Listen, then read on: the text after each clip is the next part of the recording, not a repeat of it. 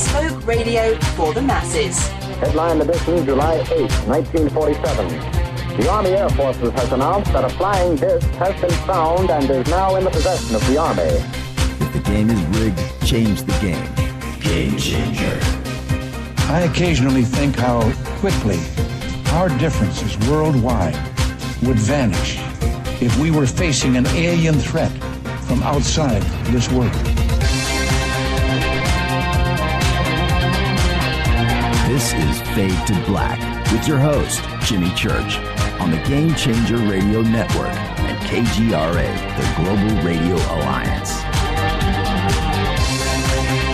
I need your help to get to the year 1985. You're listening to Fade to Black with Jimmy Church on the Game Changer Network. Well. How you doing? Fade to Black.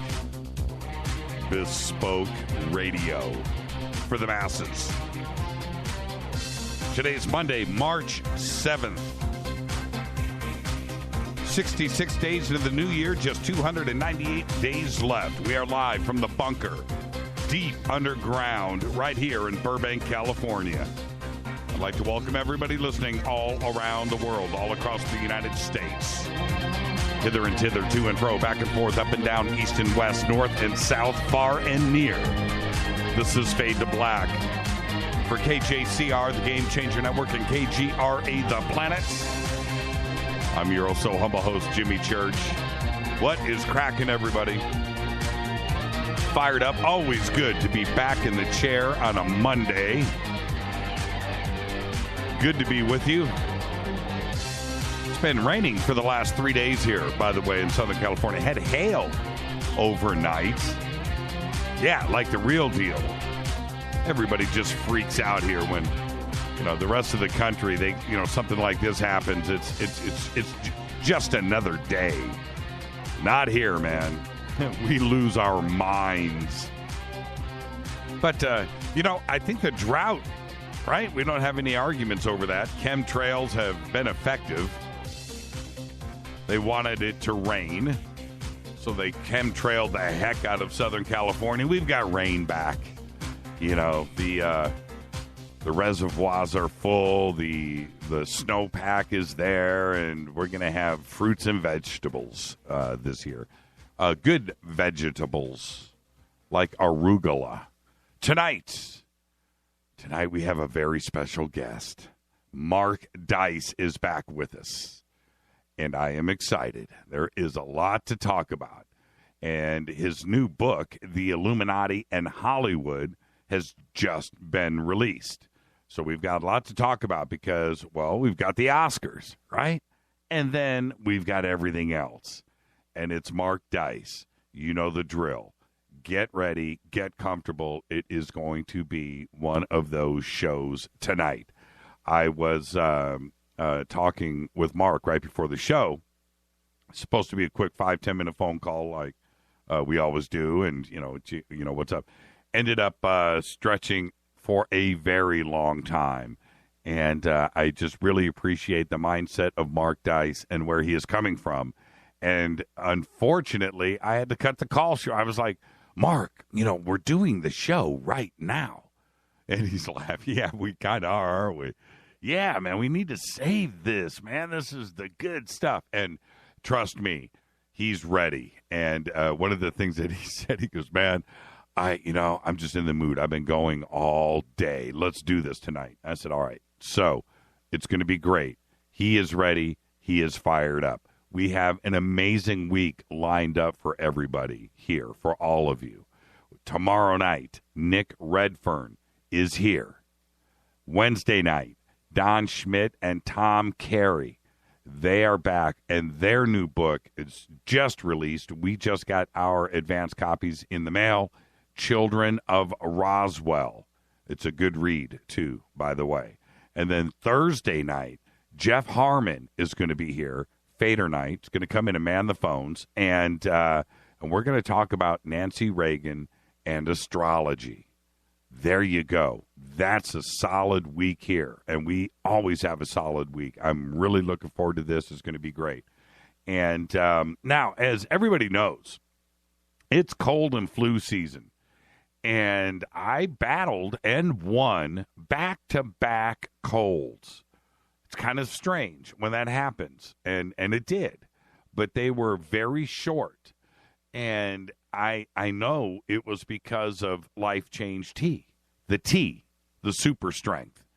And if I've never taken a day off, right? A cold. Well, I did when had kidney stones, but I didn't take the night off because of the kidney stones. I took the night off because of the painkillers that I was on. It had nothing to do with the kidney stones. By the time the show came around, the kidney stones were over with, man. I was in a stupor. That's the reason why I didn't do the show. But I've never not done the show because of a cold or anything. And I had back-to-back colds in the last 3 months, back-to-back. And Life Change Tea, I'm telling you, I was able to sit here every single night and do the show and feel great. It's cold and flu season.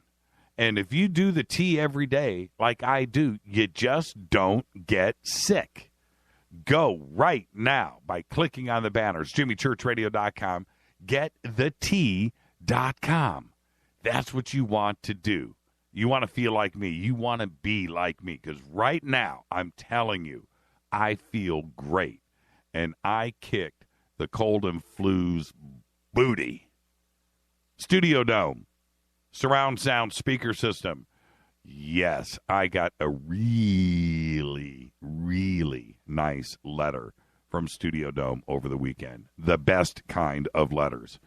And I got to tell you, handwritten, really saying thank you and thank you to all of the Fadernauts right there. You should take a picture of it and I will post it.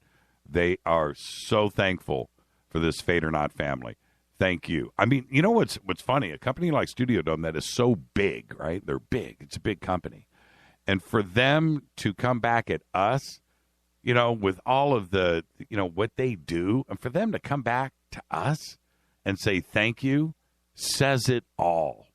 Seriously, thank you. Help support the show. Get a great surround sound system, and it's a win-win for everybody. Right now, get that Fadernaut special. It's a portable Bluetooth surround sound system in a hard shell case, wireless satellite speakers, power supplies, case, everything there. Everything is so cool for just $99. A subwoofer, it's great. Just use the promo code Jimmy. That's all you got to do. 60% off. It's $300 normally plus shipping. You get it for $99. That includes shipping. Do it now. All right. A bunch of things coming up. Man alive. Been talking about it now for about a week. The New Living Expo, which is April 29th through May 1st, up in San Mateo, San Francisco, California. We will be emceeing the big room there all weekend. I get to hang out with everybody. And so Nassim Haramein is going to be there. Stephen Greer is going to be there. Scott Wolter is going to be there. Mike Barra is going to be there. A really great list of speakers. It's a big event, one of the biggest in the country, if not the biggest. Come hang out with us. It's on the Bay, San Francisco.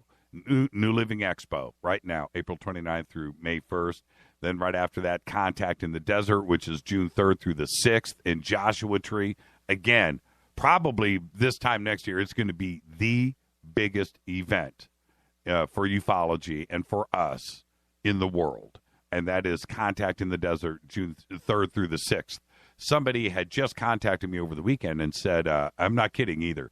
So, Jimmy, what's the coolest hotel? You know, I'm looking at the list. Where are your what? You know, it was really funny. Wanted the secret information. And you know what I told him? I should do this right now. Follow us on Twitter, @JChurchRadio. @JChurchRadio. The Sandbox is hashtag F2B. I'm going to light it up right now. Check it out. All right, Fadernauts, what hotel are you guys staying at? Watch this. Motel 6. I swear, the Motel 6 is the place to be. First off, it's big, and it's nice, and they have rooms, and it's in the middle of the desert, and it's a nice hotel, right? But the Fadernauts, man, I think the last time they were there, they had like a whole floor at the Motel 6. So that's what I wrote back. I said, man, the Motel 6 is where you want to be. Motel 6. No joke. Contact in the desert. Then the Roswell Festival, June 30th through July 3rd in Roswell, New Mexico. And now, this is the motherland. I've been really I've been to Roswell, but I haven't been to the Brazel Ranch. I haven't done that. I haven't done this festival. We are really looking forward to this. We're going to be broadcasting live. We're going to broadcast at Contact in the Desert, too, as well, of course, Friday night. We're going to do the same thing at the Roswell Festival. We're going to broadcast live from there. It's going to be great. And that is June 30th through July 3rd in Roswell. I wonder how that works out, man. Why didn't they kick that off, keep it up to July 4th? But July 3rd, are they going to have fireworks? How does that work out? Isn't that a long weekend? You would think, right? And then, of course, UFOs Within Reach, August 19th through the 21st, right here in Southern California, up in Big Bear. Let's get the show cracking. I'm ready. Fired up. It's always good to get back in the chair on Monday. Had a great show on Coast to Coast on Saturday. And, we had a party, a dinner party for our family here Saturday afternoon. So over at the house. And we were cooking all day, doing that stuff, having a great time. And then I had to turn around and do Coast until 2 o'clock in the morning. And I got to tell you, belly full of Italian food, hanging out with the family all day. It was great. Coast was great. So one day off, back today, Monday, and I couldn't wait to get back into the chair. It's good to be with you. All right. Today, Brandon T. Jackson is 32 years old. Now, Brandon T. makes it because of Tropic Thunder.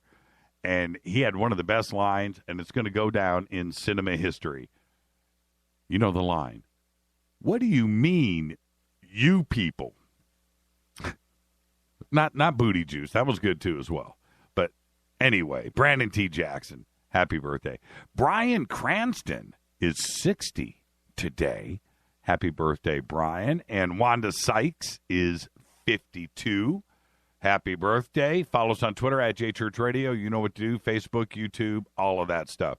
The Sandbox is hashtag F2B. Come on over and light it up. You guys are pretty crazy tonight already. I'm just looking. It was really cool to have all of the Fadernauts hanging out for Coast to Coast. That was pretty cool, being able to not only take phone calls, but Twitter was just on fire all night over there, and it was pretty cool. Tonight, Mark Dice is with us. Tomorrow night, Nick Redfern. Wednesday night, Don Schmidt, and I'm sure for the interview, Don Schmidt will be wearing a suit and tie. And Tom Carey, their new book is Children of Roswell. Thursday night, Jeff Harmon is going to be manning the phones for a very special Fader night, Nancy Reagan and astrology. The call-in number tonight is 323-825-5045. I will try to squeeze in some phone calls. On this day in history, it's a big one.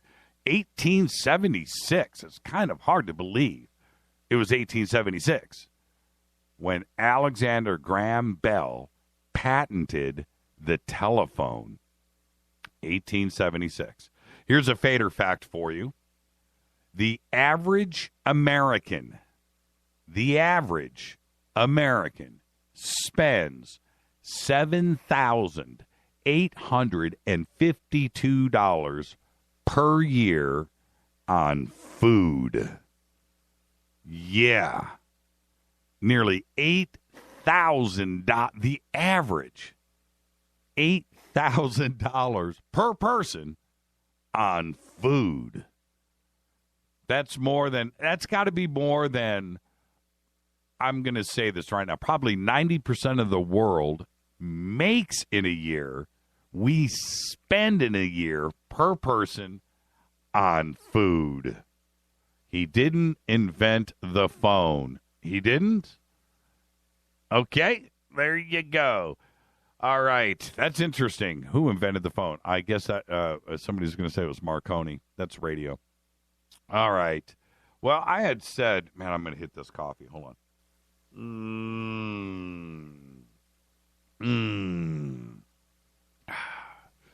Why? Because I said to everyone last month, over a month ago, that 2016 was going to be a year of serious change.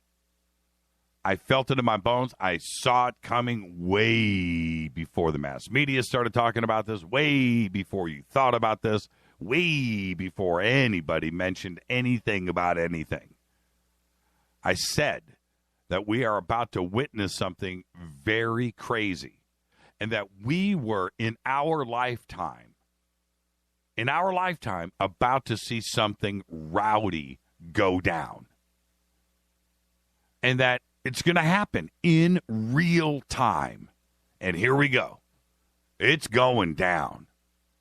And now everybody's talking about it. Now, especially the last 3 or 4 days, everybody is talking about it. I don't know how seriously we're about to see Camelot crumble. I don't know if it is going to go to the depths of anarchy in the streets. I don't know. And I'm not, look, before you even start saying anything nutty, I'm not going all Alex Jones on everybody. I'm not doing that. I'm not talking about that. Could be. But this isn't a show about politics. But this is a show about the craziness of who is the puppet master in Washington, D.C. and the world. And, of course, you know, the Illuminati and the Bilderbergs and the Rothschilds and the banking system and the feds. This is a dark conspiracy that we have to deal with every single day because we have to cash our paychecks. We have to go to work. We have to do that. We have to go and serve the man every single day. You can complain about it all you want, but you still have to eat. And you still have to provide for your family. You can complain. I do. But there's still a reality check in play here. And the system is the system. And the status quo is the status quo. And we deal with it every single day. And we never see the change in Washington or in this country that is promised to us every single election cycle. Doesn't happen. It doesn't matter who's running. It just doesn't. And nothing ever changes. And if it does change, it's over decades. You know, you don't see it. Every day is the same as the day before, as that is going to be the day after. It really is. But now, right now, something is going down. And it is. It really, really is going down. For Republicans and Democrats and conspiracy theorists and left-wing, right-wing, religious, non-religious, atheist, lesbian, gay, LGBT, black, white, yellow, red. Any country in the world looking back at us right now, they can feel it. They are tensing up, just like we are here right now, because it is going down. I'm not sure, and this is one of the great reasons why I get to have guests like Mark Dice on this show. Okay, because guys like Mark Dice and Jim Mars and Peter Levenda and other great authors and researchers out there that have been talking about these subjects for a long, long time. And now it's playing out in real time, and we get to see it. This is not hidden. Now, what am I referring to? Obviously, we're in the middle of an election cycle. We know that. And again, this show is not about politics, and I say that all the time. It's about the conspiracy of the world, whether it's UFOs, the economy, ghosts, Bigfoot, the Vatican, New World Order, lost civilizations, hidden history. It's all there in front of us. The world is not what it seems to be. And that's what we're here to do. We're here to learn and discover. Okay? Now, right now, we saw something play out about 3 or 4 or 5 months ago when Donald Trump made a deal with the Republican Party. And we all know about that. Now, let's address this really quick. He signed a contract. They didn't want him to separate and maybe run as an independent. They didn't want him splitting the Republican vote. They wanted him on their team. They wanted to make sure that it was going to be a Republican in the White House, and the only way that was going to happen was to get him to agree to support whoever they nominated, or they would support him. Just come over to the dark side, sign with us, and unify what's going on over here. Now, the only way to do that with a guy like Donald Trump, who only understands contracts and a deal, that deal was struck, and it was signed, and it was paraded in press conferences, the signed contract, right? Republicans got what they wanted, apparently. Somebody wanted this to happen. They got it. And now they ain't happy. Now that he has done exactly what he said he was going to do, he was going to go and get all of these votes, right? Now they're not. Now, apparently, they're not happy. Or are they? Right? And to have Mitt Romney come out, the elder statesman of the Republican Party, the last appointed guy that ran for the office, we get that. For him to come out and say, you know what, screw Trump, when you just made a deal with him, you just made a deal. You asked him to come to the dark side, and it is dark, right? And he did, and now you're going back on your very word. Now, that right there, we are witnessing in real time the crumbling of the establishment. It's not blue or red here, folks. It's the establishment. The status quo that I am talking about, the things that never change, are changing. Us. It's forcing change. It's an amazing thing to witness. And when I say it's not red or blue, it's not Republican or Democrat, if you think about it, the same thing is going on the other side of the aisle. Everything, all of the drama, all of the infighting, the crumbling, the very foundations, everything that is going on in the Republican Party right now, everything, the drama, the hatred, the name calling, all of this stuff, everything but issues that concern the United States is what is bringing down the establishment. Is now going on the Democratic side. It's insane to watch. I'm telling you, this year, we are going to see something very, very big happen. And I hope that, A, it doesn't get out of control, and B, that it's for the better, and C, that we, as Americans, come out the winners. The establishment, the puppet masters that are running things are seeing things right now spin out of control. And what they are trying to do is rein it all back in.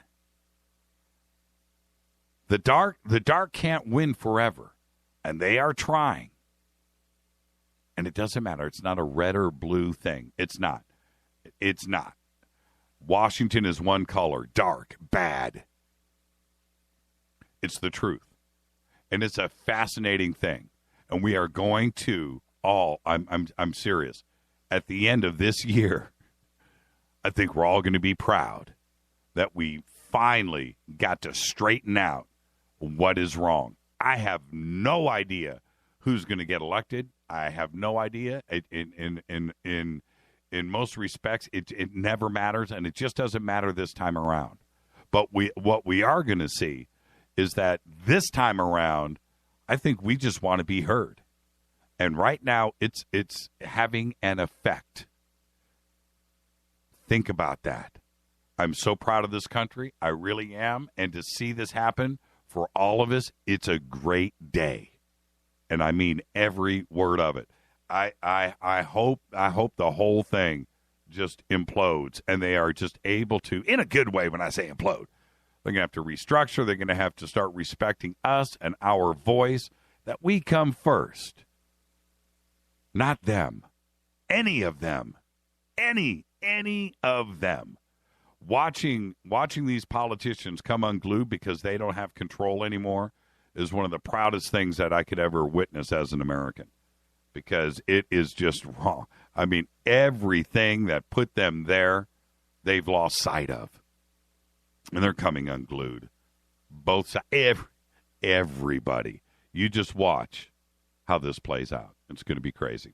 All right, tonight we're going to be talking about that. We're going to talk also about the Oscars and a lot of other nuttiness out there with Mark Dice. He's going to be here in a few short minutes. I do want to say really quick, talking about being a proud American. Yesterday, Nancy Reagan died here in Southern California and Los Angeles of congestive heart failure at the age of 94. Her funeral will be held this Friday at 11 a.m. right down the street here from the studio at the Ronald Reagan Library next to her husband, Ronald. And she's going to lay in repose Wednesday and Thursday before being buried on Friday. The public will be allowed to visit on Wednesday. And we talk about, that it, in a lot of respects, when we look back at the history of our country, it doesn't really matter to me when it comes to Republicans or Democrats, those values on both sides or whatever, because things are cyclical and everything just kind of rotates. And I'm okay with that. Okay, the foundations of this country and what we are built on still, we are the greatest country in the world.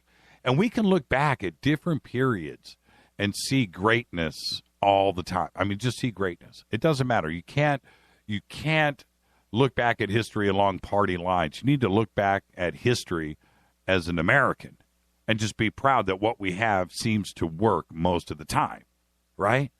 And that era, that Ronald Reagan, Nancy Reagan thing was pretty cool. Clinton was pretty cool too as well. But there are times in our history where we can look back and you go, you know what? We got it right that one time. And it wasn't along party lines. And she made it to 94. And when Ronald passed and the funeral and the streets out here were lined with people, Rita and I were there and watched it, and it was just an incredible time. And so, Nancy, rest in peace, 94 years old. This is Fade to Black. I am your host, Jimmy Church. Tonight, Mark Dice is with us. He's in the batter's box right now, and he'll be right here in a few short minutes. Follow us on Twitter at JChurchRadio. Email is jimmy@jimmychurchradio.com. This is Fade to Black, bespoke radio for the masses on the Game Changer Network and KGRA, The Planet. Sandbox is on fire. It's going to be a crazy night. Always like it when Mark Dice is here. Very smart guy. I'll be back right after this. Stay with us.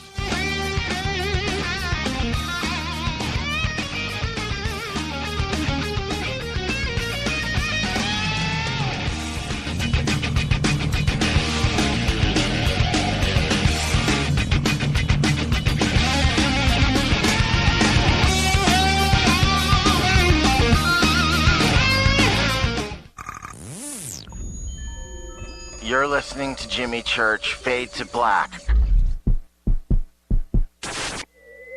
Fade to Black will now pause for alien identification. The station that talks the net. KGRA Radio. What's up, revolutionaries? It's me, Jimmy Church. Do you have an IRS or state tax issue? Well, I did, and I called national tax experts. My problems were fixed, done, fini, and man, I got to tell you, it was a relief. National Tax Experts are a recognized tax office that services clients in all 50 states. Doesn't matter where you live. Give them a call. I'm telling you, they take the time to understand each and every client's individual financial status as well as their financial goals. And that's exactly what you need, my brother, when you're taking on the evil three-letter. So, seriously, give them a call today at 1-877-909-5444. Again, 1-877-909-5444. Or go check out their website, www.nattaxexperts.com. That's NATTAXEXPERTS.com. Tell them Jimmy sent you.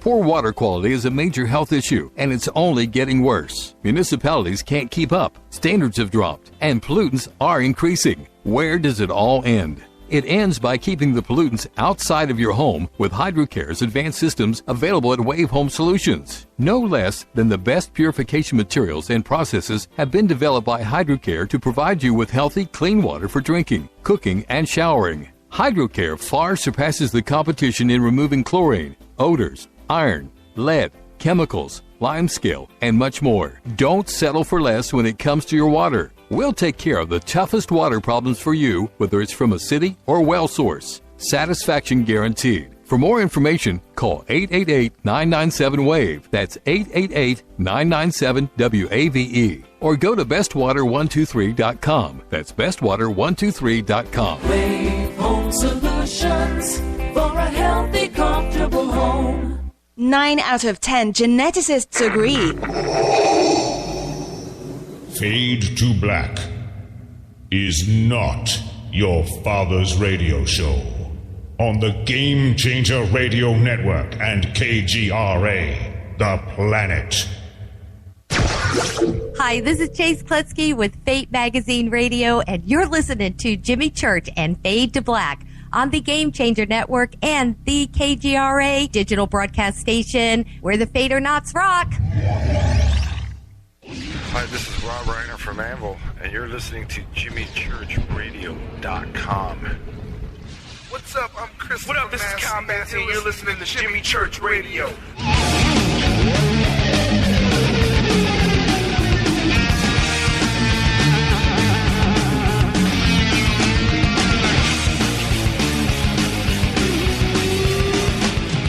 Ah, yes. Fade to Black. Bespoke radio for the masses on KGRA, The Planet, and the Game Changer Network. I am your oh-so-humble host, Jimmy Church.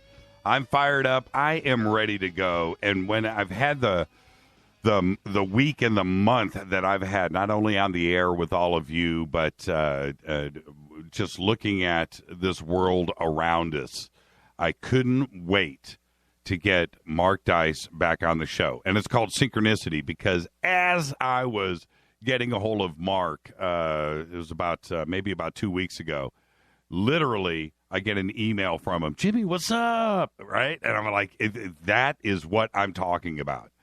Great minds, right?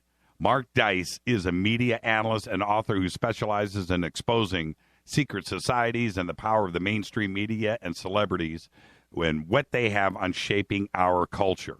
Mark's YouTube channel has received over 100 million views. This is out of date. I'm sure he's cracking 200. And his viral videos have been mentioned on ABC's The View, Fox, CNN, Drudge Report, TMZ, and also I've got some breaking stuff right now we're going to talk about. The View, Fox News Channel, CNN, all the media outlets around the world. He has been featured on the History Channel's Decoded, Ancient Aliens, America's Book of Secrets, Secret Societies in Hollywood on E!, America Declassified on the Travel Channel, Conspiracy Theory with Jesse Ventura, Coast to Coast AM, The Alex Jones Show, and, of course, here on Fade to Black. He is the author of The Illuminati, Facts or Fiction, Inside the Illuminati, The Bilderberg Group, Facts and Fiction, Big Brother, The Orwellian Nightmare Come True, and The Bohemian Grove, Facts or Fiction. His latest book is The Illuminati in Hollywood. It's available now. The infamous Illuminati secret society, and they do represent the pinnacle of power in politics, banking, and the news media. But what about the entertainment industry? Do Hollywood's elite studios, producers, and celebrities have a secret agenda? Are they part of a covert conspiracy? Tonight, we're going to get the answer to all of these questions as I welcome back to Fade to Black, Mr. Mark Dice. Mark, good evening. Dude, that's a great intro. I appreciate it. Thanks for having me on. Our off-air conversation was so great, so I hope that we can continue to share some of that information with your audience. And it's such an important topic about the Illuminati in Hollywood and in pop culture because, unfortunately, as you know, as probably much of your audience knows, over the last maybe 5-6 years, it's went and just spiraled out of control. So we had a whole bunch of credible researchers, and now with YouTube and social media and everybody wanting to be the new big truther outlet, the Illuminati exposed big researcher, it's spiraled out of control. A lot of people putting the cart before the horse, and so we're going to clear up some of that information, and we're going to cover some CIA in Hollywood facts that I don't think a lot of people know of. So I'm very glad to be here. Thanks for having me, and this is going to be, I think, an exciting talk. When the Oscars concluded last week, well, okay, before we get to that, the Illuminati in Hollywood, with everything that you've done, Bohemian Grove and everything else, why this now? Because you have been touching upon this not only on your YouTube channel, but other books, and you've been talking about this very loudly for a long time. Why was it necessary to actually do a book on it specifically? Yeah, because with the emergence of social media now, part of almost everybody's lives with the apps and everybody just glued to their phone, everybody living their life through these major social media platforms, the big groups, Facebook, Twitter, Instagram, etc. Now, everybody has heard of this kind of material because before that happened, say around 2010, 2011, before social media really became as popular as what it is now, you had to go and seek information like this. You had to go and find a show like yours, or find the documentaries from Anthony Hilder, or find books from credible researchers like Jim Mars and others, Anthony Sutton. And now with social media, people who are interested in that kind of information have been sharing it. And because with a simple retweet and a post, people who have been researching that get that data in front of almost everybody's eyes. So everybody has heard of this, but it's gotten watered down, and it's been spun in the minds of the masses as a secret society of celebrities. That's why I wrote the book, The Illuminati in Hollywood, to track this and to clarify this, because in America and many cultures around the world, celebrity and actors and musicians are held up and worshipped as modern-day gods. They're mindlessly mimicked. They set new trends. They influence political policy, fashion. They introduce new words to the culture. And so we have seen this, what originally the Illuminati was, or is still what it really is, a secret society, a mafia, a political and banking and media monopoly mafia, to, in the minds of the masses, seeing it as a secret society of celebrities. And it does two things. This loses the actual core of what they are doing, but it also creates so much misinformation. The needle is so buried in the haystack that many people just look at what their friends are posting, or about the triangles and the Illuminati hand signs and this, and they just laugh it off and say, oh, that's just a celebrity conspiracy theory, or that's just a marketing tactic. And if you really get back to the core of what it is, then you can really understand how this is happening. But this also fits in with their plan, which will ultimately be to launch their New World Order, which we're almost there, in the one world religion and the cashless society, because now the masses see this secret society as cool, and most of them want to join it and be a part of it, and anybody who opposes it, like us, is seen as the enemy. Do you remember, I don't know if you and I talked about this before, but do you remember the young Justin Bieber? He's like 15 years old or whatever, he's being interviewed, and they ask him about the Illuminati, right? Are you in the Illuminati? And his reaction, he laughed about it. And I think I'm paraphrasing. Yeah, I want to be in the, I want to do this. And that message right there is a frightening one, right? I mean, right there, it says to the kids, right? Yeah. That it's fun, That it wasn't cool. him. You're on the right track. He didn't say that he was, or maybe he joked about it. But the hardcore ones are like Katy Perry. I mean, she told Rolling Stone, "I want to join, please." Madonna, yes. She puts a song out called Illuminati. Right. And it is dangerous because this is the modern day satanic doctrine. This is the satanic philosophy being promoted, and we're having all the pop stars endorse it as if it were cool and the secret to success. Yes, and to see his reaction, and my point about that was, obviously, he was spoken to. That's my point. There was, he got the sit down from somebody.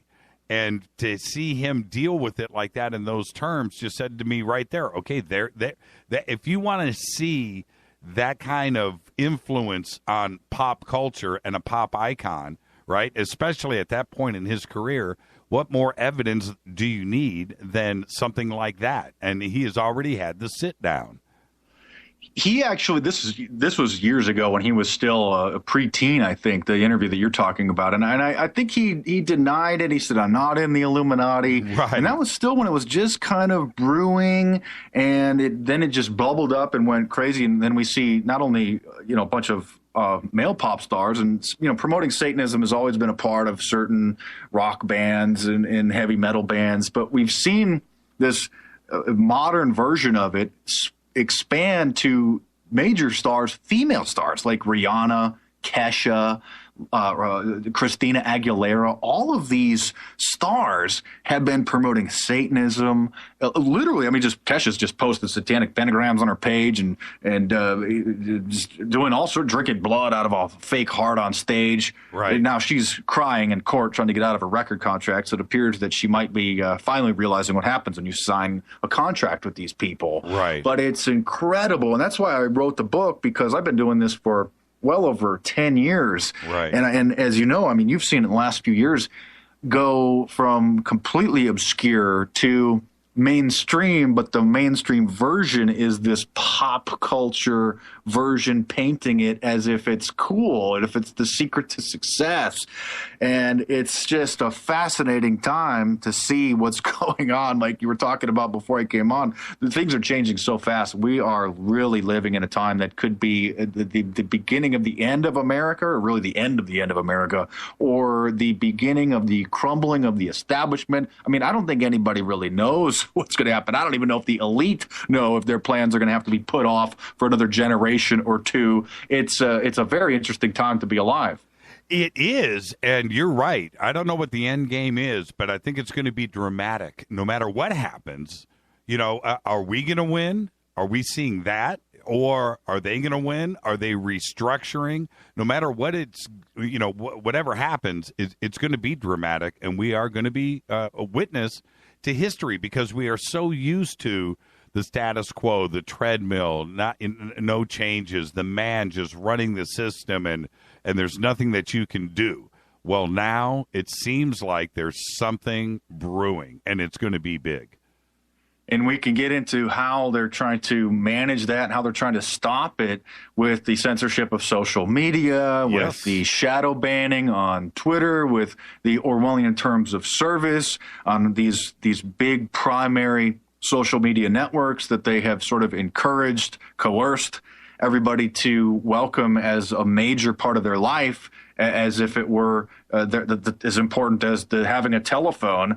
Having these social media accounts is almost important in most people's lives. And so in order to stop that information, this information from spreading to the masses, they're co-opting at the Sun Valley Conference, which we can get into, to roll out the Orwellian terms of service, to give back doors to the CIA and the NSA and all these government agencies to attempt to Orwellianly censor and make data disappear down the memory hole. We're seeing this on Twitter and Facebook. We're seeing people being arrested just for disagreeing or posting offensive, not threats, not even hateful, just offensive comments about immigrants or about gays or about Hillary. And so it is just incredible. I mean, it's like a spiritual war that we're witnessing right now. We're going to get into that. And one of the things that the audience, I think, appreciates about you is that you speak also from experience. This isn't something that, you sit around and dream up. You're out there. You do this every single day.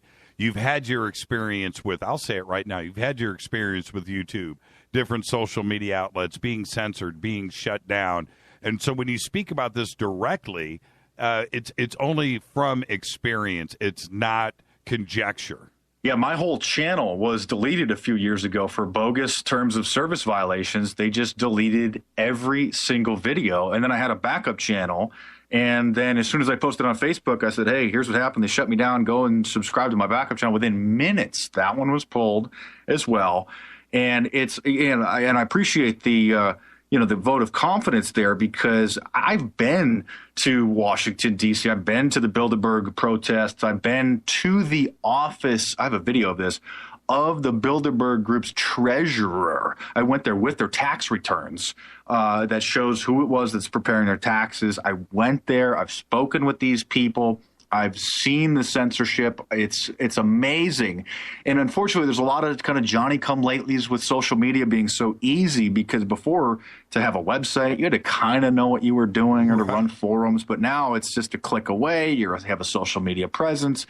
People see that there's the potential for the, quote, internet YouTube fame. And so a lot of people have gotten into this with the wrong intentions, and that's just continuing to muddy the water, just make things worse for the sort of the cream that's risen to the top over the last few decades. People like you and Coast to Coast and Jim Mars, Anthony Sutton, a lot of these real researchers. He's obviously been passed away for years, but this hardcore, the old school, the wisdom of the elders. And so we need to just continue carrying this torch so that people can see it, so they don't just get lost in the sea of disinformation. Yeah, I don't want to have Jim Mars to be right, right? You don't want him to be right, but I really want him to be able to just kick back at some point and go, see, I told you. Mm-hmm. I don't want him to be right. I want him. Mm-hmm. We all want him to be wrong, right? But I just hope, because he's a bright beacon. He's a bright ray of sunshine and a true pillar of knowledge and an American. But you don't want him to be right, because if he's right, it's a bad day, at the OK Corral. I wanted to ask you really quick.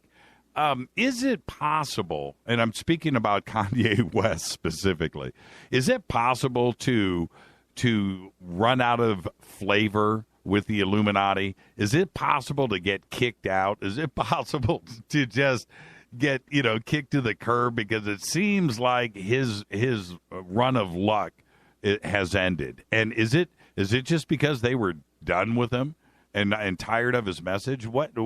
How come he is in the position he's in right now? I think it's because of social media, because the double-edged sword, because of the organic uprising against this kind of garbage. We still see Kim the Trash Can Kardashian still trending on Twitter almost every week. It's just disgusting. But they got so many people waiting in the wings just to do whatever they want. They're not in the Illuminati. Obviously, they're lower level puppets. Right. And for those who don't know, you look at the example of Kesha, who was doing the satanic pentagram posting, like I said, and simulating sex acts in a church, and portraying in her music video, Die Young, that she's a satanic witch, and embracing that whole philosophy. And her fans are just some of the most vicious psychos. You should see some of the things that they send me on Twitter. It's just incredible. And now we see her literally breaking down in tears, crying in court, hoping to get out of her 6-year remaining contract with Sony Music, who Michael Jackson called the president of the devil, Tommy Mottola, back in the day. And so with Kanye West falling from grace, once held up as one of the most famous, well-meaning, most talented guys, but he's just lost his mind, or the backlash is so big. So they'll just roll the next person out. They got so many people waiting in the wings just to sign those contracts. And as you know, once somebody does, these artists aren't a lot of times they're not even their own person. They're just actors and actresses. They may have some, quote, talent sometimes. But it's the studios and the means of distribution who really control them. And that's what we're seeing with Kesha. Perhaps Lady Gaga has had some regrets about her previous actions. She's attempted to apparently clean up her act and seemingly having some regrets about her past. But it is just incredible to see how evil and dark these puppets are, and to see the people who mindlessly mimic them is astounding. Now, we just came off of the Oscars, and I have mixed feelings about what I witnessed, but what did America really see there? Well, America saw more war propaganda. We can get into the CIA working with these studios to create, and television shows, to create movies and shows with government propaganda. But we saw the blurring again of the lines between politics and Hollywood, as we saw back in 2013 when First Lady Michelle Obama just shamefully appeared via satellite to announce the Academy Award for the Best Picture, which went to Argo, which ironically is about the CIA working with Hollywood movie executives to infiltrate Iran to rescue the American hostages, by pretending to film a science fiction movie. But now we have Joe Biden appearing there, and we're seeing this hypocrisy and the attempted normalization of perversion and of just complete debauchery, as we see them supposedly trying to fight sexual assault, which is a great cause. You had Joe Biden appearing there. Not sure what he's there, but this is just the blending of Hollywood and politics to announce Lady Gaga to sing her song, to raise awareness about sexual assault, which is a great cause. But then later on in the show, we see 50 Shades of Grey, bondage and sadomasochistic ritual being performed, which just promotes the most disgusting kinds of perversions. It's a free country. You could do what you want to, but it's obviously it's counter to the laws of nature, the laws of God, to normalcy, much of that whole community. And so we're seeing that with the 50 Shades of Grey, a terrible film. It got an F on Fandango, 1 star on Rotten Tomatoes, a total commercial failure, being promoted and highlighted by every mainstream media outlet on the evening news the day that it comes out, back when it was initially released. And so we have a soundtrack being performed and a bondage and sadomasochistic ritual. The backup band with the violins all had choke collars on and all sorts of things. So it's this incredibly hypocritical doublespeak. It's straight out of 1984, and Gaga's being held up as a hero for fighting against sexual assault, when just a couple years ago she brought R. Kelly, infamous pervert and alleged sexual predator, who was indicted actually on 21 counts of child porn, a case that was thrown out due to technicalities in the search warrant, who also married a 15-year-old girl, by the way, when you probably know this, when he was almost 30. So we have her, who rolled him back into the Luciferian limelight, put him in a music video directed by Terry Richardson, an infamous pervert in Hollywood, called Fashion's Shameful Secret, who did a photo shoot with President Obama, by the way, before he was rolled out to the public as the savior. Right. And so, it's a menace. Like, if you're against sexual assault, well, why would you want to even be in the same room as somebody like R. Kelly? Why would you put him into a music video? Right. And the other vibe that led up to the Oscars, which was the Will Smith and Jada thing, and the lack of black films, more racial division, trying to divide and conquer the country, trying to pit people against each other. Yes, it was fascinating for me. Now, the whole thing. Could it possibly be, and I'm the last guy in the world to be a racist. That doesn't exist in my life. And what's funny, and I say this all the time, Mark, you can't be a racist in Los Angeles. That's the last place where you could, because here we love the multicultural vibe that we have here. We all seem to, believe it or not, get along. Same in San Diego. Certain parts of the Midwest and the South, obviously, is going to be a little bit different. But Right. And so, but could it just be Will Smith that maybe, the black community, if you want to call it that, it just had an off year? Just maybe there wasn't films worthy enough and just let it go at that? Why do this and then force the Academy into taking a position on this, and then to take it one step further and speak about it constantly throughout the show? The divide and conquer element, which the mass media has been forcing down on us all year long, this racial divide, and then it's got to roll over into the Oscars. It just it felt wrong to me. Well, we've seen it at the Super Bowl, too, with Beyonce having a Black Lives Matter salute. That was the whole halftime show, and her whole tour now is based off of that. And yeah, I'm not saying that there's not some racism and some police brutality problems in this country, but the whole way that it's being promoted is incredible. And with the foot soldiers for their socialist revolution, they're so mindless. All they do is read a 144-character tweet on Twitter, and they think that they know the whole story, and they start mindlessly mimicking the mantra, oh, hands up, don't shoot. Well, I'm sorry, but most of these poster childs of the Black Lives Matter movement are criminal thugs. Not saying that they deserved what happened to them, but, probably the quickest way to get shot by a cop would be to start assaulting him and try to steal his weapon like Michael Brown did after committing a felony strong-arm robbery. Right. It's incredible. Right. Yeah, I've spoken about that enough. You know what I do have, though, Mark? I've got a Black Helicopters Matter T-shirt. Yeah, I do. They do matter. I do. They do. I do. I have one.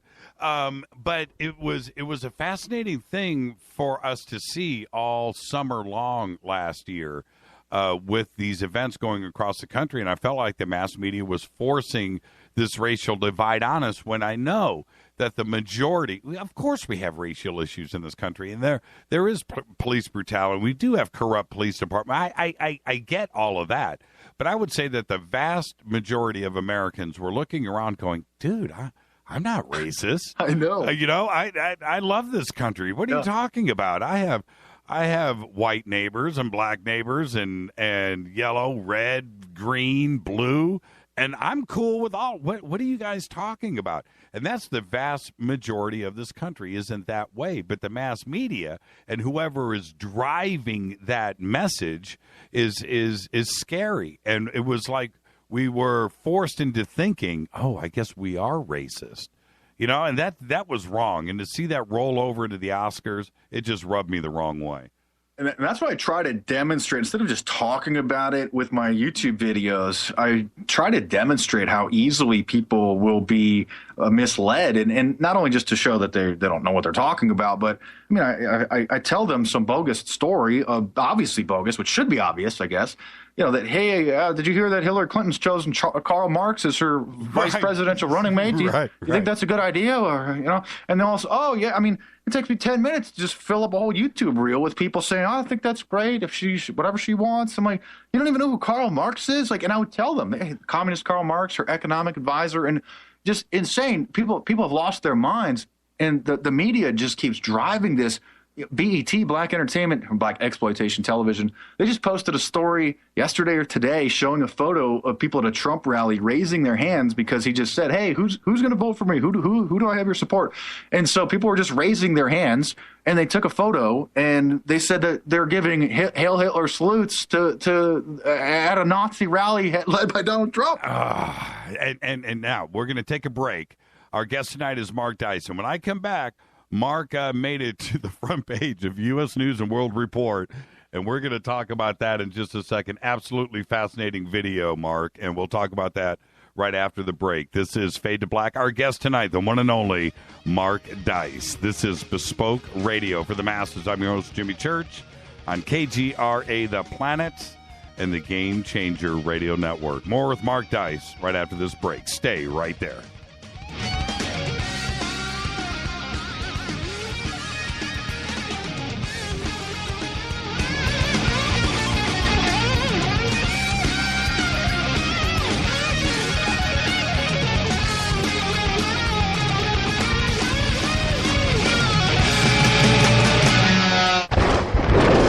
This is Fade to Black with Jimmy Church on the Game Changer Radio Network and KGRA, the Global Radio Alliance. The station that talks the net. KGRA Radio. Hello, I'm Katie, and you're listening to my main man, Jimmy Church, on jimmychurchradio.com. Hi, this is Ray Hobbs here, repping the planet, and you're listening to my good friend, Jimmy Church, Fade to Black, on the Game Changer Network and the KGRA digital broadcast station.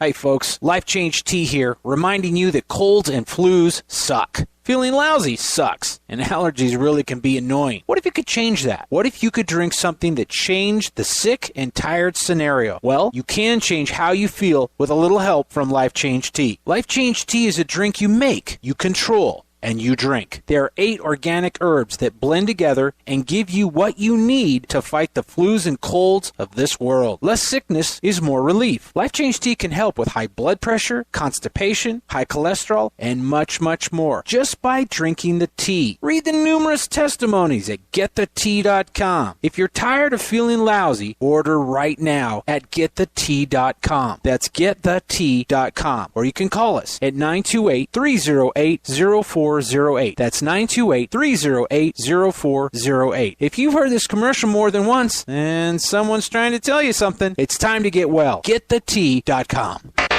Imagine no longer being tied down to your computer, but having the freedom to take live talk radio with you anywhere you go. TalkStream Live introduces our first ever iPhone application. The talk shows you follow now follow you, and your iPhone is now the fastest and easiest way to stay connected to the best talk radio on the internet. Let TalkStream Live transform the way you listen to radio. Listen to live talk shows 24 hours a day, 7 days a week.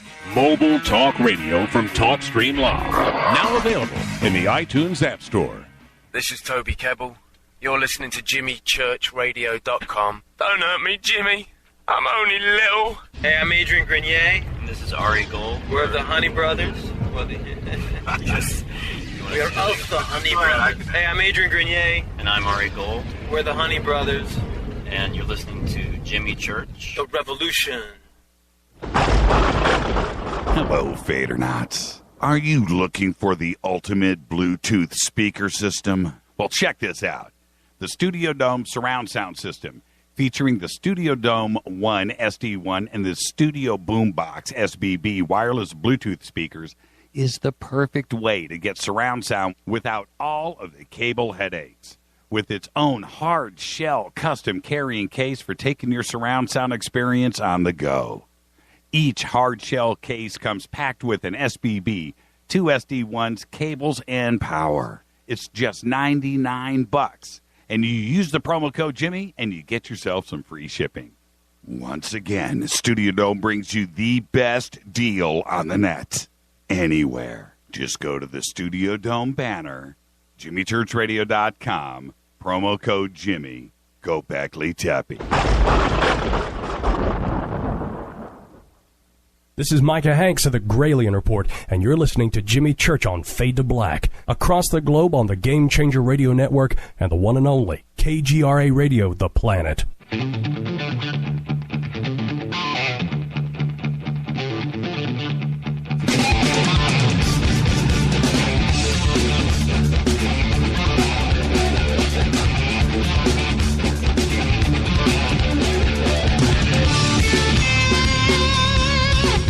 Yes, welcome back, Fade to Black. This is truly bespoke radio for the masses. I'm your host, Jimmy Church. Tonight, our guest is Mark Dice. We have so much to talk about tonight. Mark, it was kind of funny because you and I were talking before the show, and seriously, I say this once in a while, we should have recorded that.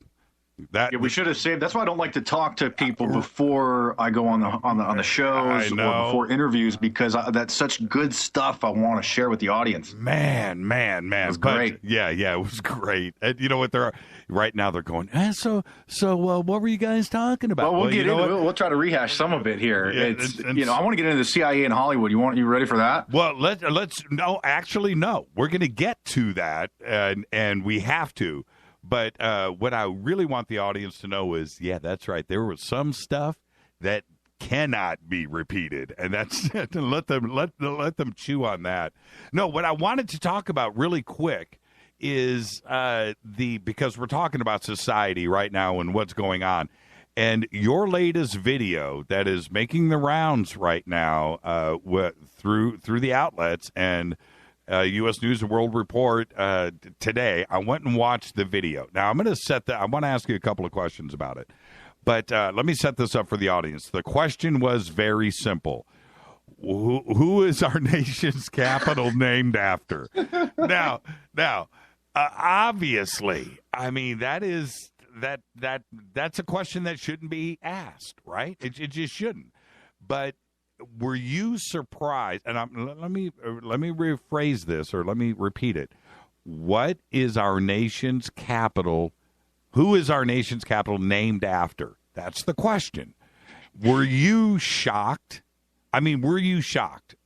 Yeah, this was a series that I did. I mean, just posted it today, but this is a continuation of a Man on the Street Monday. You can subscribe to youtube.com/Mark Dice. And I've done this, kind of Jay Leno was an inspiration for me, just asking basic questions, which should be common sense. And so over the years, I've decided to just get crazier and crazier, or just ask dumber and dumber questions, or I guess more simple questions, because there's almost nothing that I've come up with. I was like, let's ask people about if they know about this or what they think of this. And, some people always accuse me of, oh, you stay out there all day. No, these videos take just a couple minutes to shoot. I mean, it's just amazing. I should keep tabs on how many people I talk to versus no. And then just the fact that there's a handful of people out there that are this ignorant should scare us. But the fact that my Man on the Street segments have been going for weekly for years now. I mean, there's just hundreds of different topics. Yeah, who is Washington, D.C. named? I mean, half the clue is in the name, Washington. And they just, a lot of these people didn't even know. And I'm not kidding you. There's two icing on the cake, I guess. And this is, I think, divine favor. I don't think this is even luck. I think this is God showing that he has a great sense of humor and showing me that I am on the right path. I happened to come across somebody who is wearing an I Heart DC T-shirt. Priceless. I thought that was a setup, by the way. I swear it's not. It's just like the I Heart New York shirt for the radio audience who haven't seen it. And when I walked up to him, I turned to the cameraman and I said, "Are you getting the shirt in here?" Because I wanted to make sure that he wasn't doing like a tight shot and that you could see. What were the odds? What were the odds of that moment happening? You're right. God said, "You know what, Dice? You're on the right path, man. Here's a gift." Yeah, that's God throwing me a bone. And it's happened, I keep track of some of those things in my life, and I encourage other people to do it too, because sometimes you forget about those incredible divine intervention moments or the synchronicity. And so I encourage people to keep a list of those throughout their life. And that's one of those moments where it's God patting me on the back saying, "You're doing the right thing, and here's the good sense of humor for you." And it was just incredible. And I mean, the guy just had no idea. And then the best was at the very end. I don't know if I want to give it away. You can go watch the video. You can see what happens at the end. It's almost just as good. Does anything surprise you with the Man on the Street stuff now? I mean, seriously. Not anymore. No, my last cameraman was stunned, and probably the one thing that did surprise me was when I wrapped up. I got a couple more episodes that are in the can that I'm going to be posting. But the one thing that did shock me was an episode I posted a few weeks ago where I just walked up to people with a clipboard, and I just started asking them, "What is your name? What's your name, bro?" "Oh, it's Jimmy." "What's your last name, Jimmy?" "Church." "What's your address, Jimmy?" And just started asking them personal questions: name, address, phone number, who you bank with, okay? And these people gave me all of this data without asking me why, without asking me who I am. I remember with either it was a T-shirt or maybe like a polo shirt. So I don't have a badge. I just some dude walking up to them on the boardwalk with a clipboard and just not even announcing myself. And that one shocked me. That one shocked the cameraman too. He was stunned when he first started working with me. And then at the end of this season, I mean, both of us on the way home from that shoot, we just couldn't even believe it. We just thought, this country's in big trouble. I mean, it's kind of fun to interview, people and check out the hot chicks on the beach and stuff. But I mean, their minds are so gone, and it's not just a few people; it's so many of them, and it's mainly people under 30. It's the I don't know if that's millennials or but then the people under millennials, the Generation Z, Generation Zombie, they're even bad. But that was the one that did shock me. And you can find that one on YouTube. And I think it's using the Force or something. Mark Dice demonstrates the Force. That's the only thing I knew what to call it, man. It's like a Jedi mind trick. I couldn't even believe it. Well, this is what's crazy is everybody that, especially in all of the videos, but this last one, if you need proof, these are all smart people. They're in a nice part of town. They're at the beach. These are not, how do I want to say this? Somebody that hasn't graduated high school. These probably the majority of the people that you in this last run, the Washington D, probably went to college, and they're smart and they're bright and they look cool and they're fun, but there is something happening in our education system today where they don't know the answer to the most basic of questions. I think what's happening is people, because of the technology, because people rely on it, they have Google in their pockets, more than just an encyclopedia. I don't think that their brains are storing data in the long term, because your mind, and I've studied the brain and memory, and I know quite a bit about it, the brain will store data into the long-term memory if you consciously prioritize it. So when you go to bed or when you're done with your day, a lot of the data that you've witnessed or taken in throughout the day will be erased or probably erased. I mean, it could be locked in the subconscious somewhere, but for the most part, it kind of goes away. And the important information, what you say, oh, man, okay, I need to remember this. The bosses do this. I have to run this errand. I have this meeting. Right.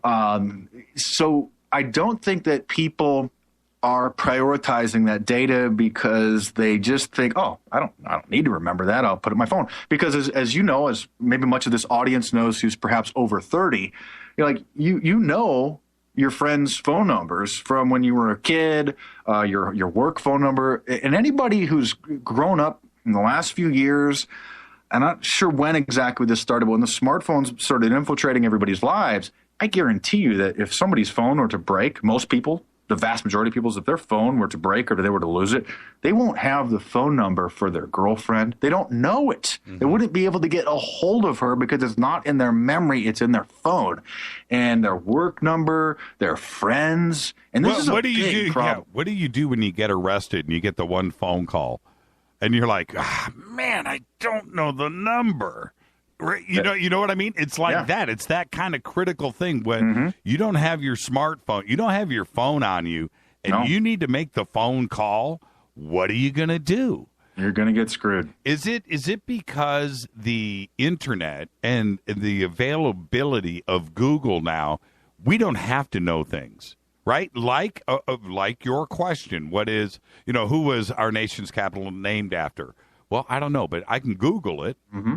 Right? That's what two people said in the video. They said, "Can I Google? Can I Google it?" They asked me right there. I'm like, that defeats the whole purpose of the video. Is that why we've lost our short-term memory? Yeah, long-term memory. Long-term, long or short, for that matter. Attention span as well. I mean, it's rewiring people's brains, and that's why I encourage people to do digital detoxes. And on the weekends, it's very important to tune out, to put your phone away, to not check your email.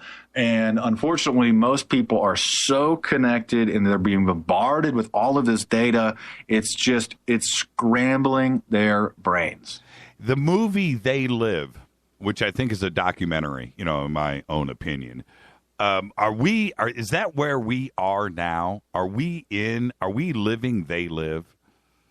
Pretty much. Look at what the people have their opinion leaders, the establishment media opinion leaders and the Twitter accounts, and they just follow. They take that as if it was the gospel, as if it was the truth. They are, I mean, you could see that when I just went up to the people, when I demonstrated, quote, the Force, I'm just asking them, hey, tell me your name, birth date, phone number, address, who you bank with, et cetera, et cetera. And they just did. I mean, it's like nobody. And and it wasn't just one person, and it was just person after person after person. It's just incredible. It took 5 minutes to shoot the video. So we almost are there. It's incredible. So I think we're having like a remnant of people who, I don't know what age group, I would say, people in their probably mid to late 30s or people younger than mid-30s are probably more at risk of having been grown up in this, or perhaps, I'd say maybe around 2011, 12, 13, that's when it really started getting bad. So the people who are growing up with this kind of stuff being normalized now, they may not know any different. There's obviously going to be a segment of the youth which are have great parents, have great role models, are able to be guided through this system and not have their brains turn into mush. But it's getting, it used to be funny, and now it's very scary. It is, and you had brought up the CIA a few minutes ago, and it is such a okay with this show and the success of Fade to Black, which is it's been tremendous and it's been fun, but we also retain control and we have our eyes open. I'm not a CIA puppet, right? I'll just say it right now. I'm accused of it all the time, but what I have found is I need to be very careful on what I'm saying, but I have been approached by some strange people that are running different media outlets out there that probably are a front for the CIA. Operation Mockingbird is real. This is a real thing.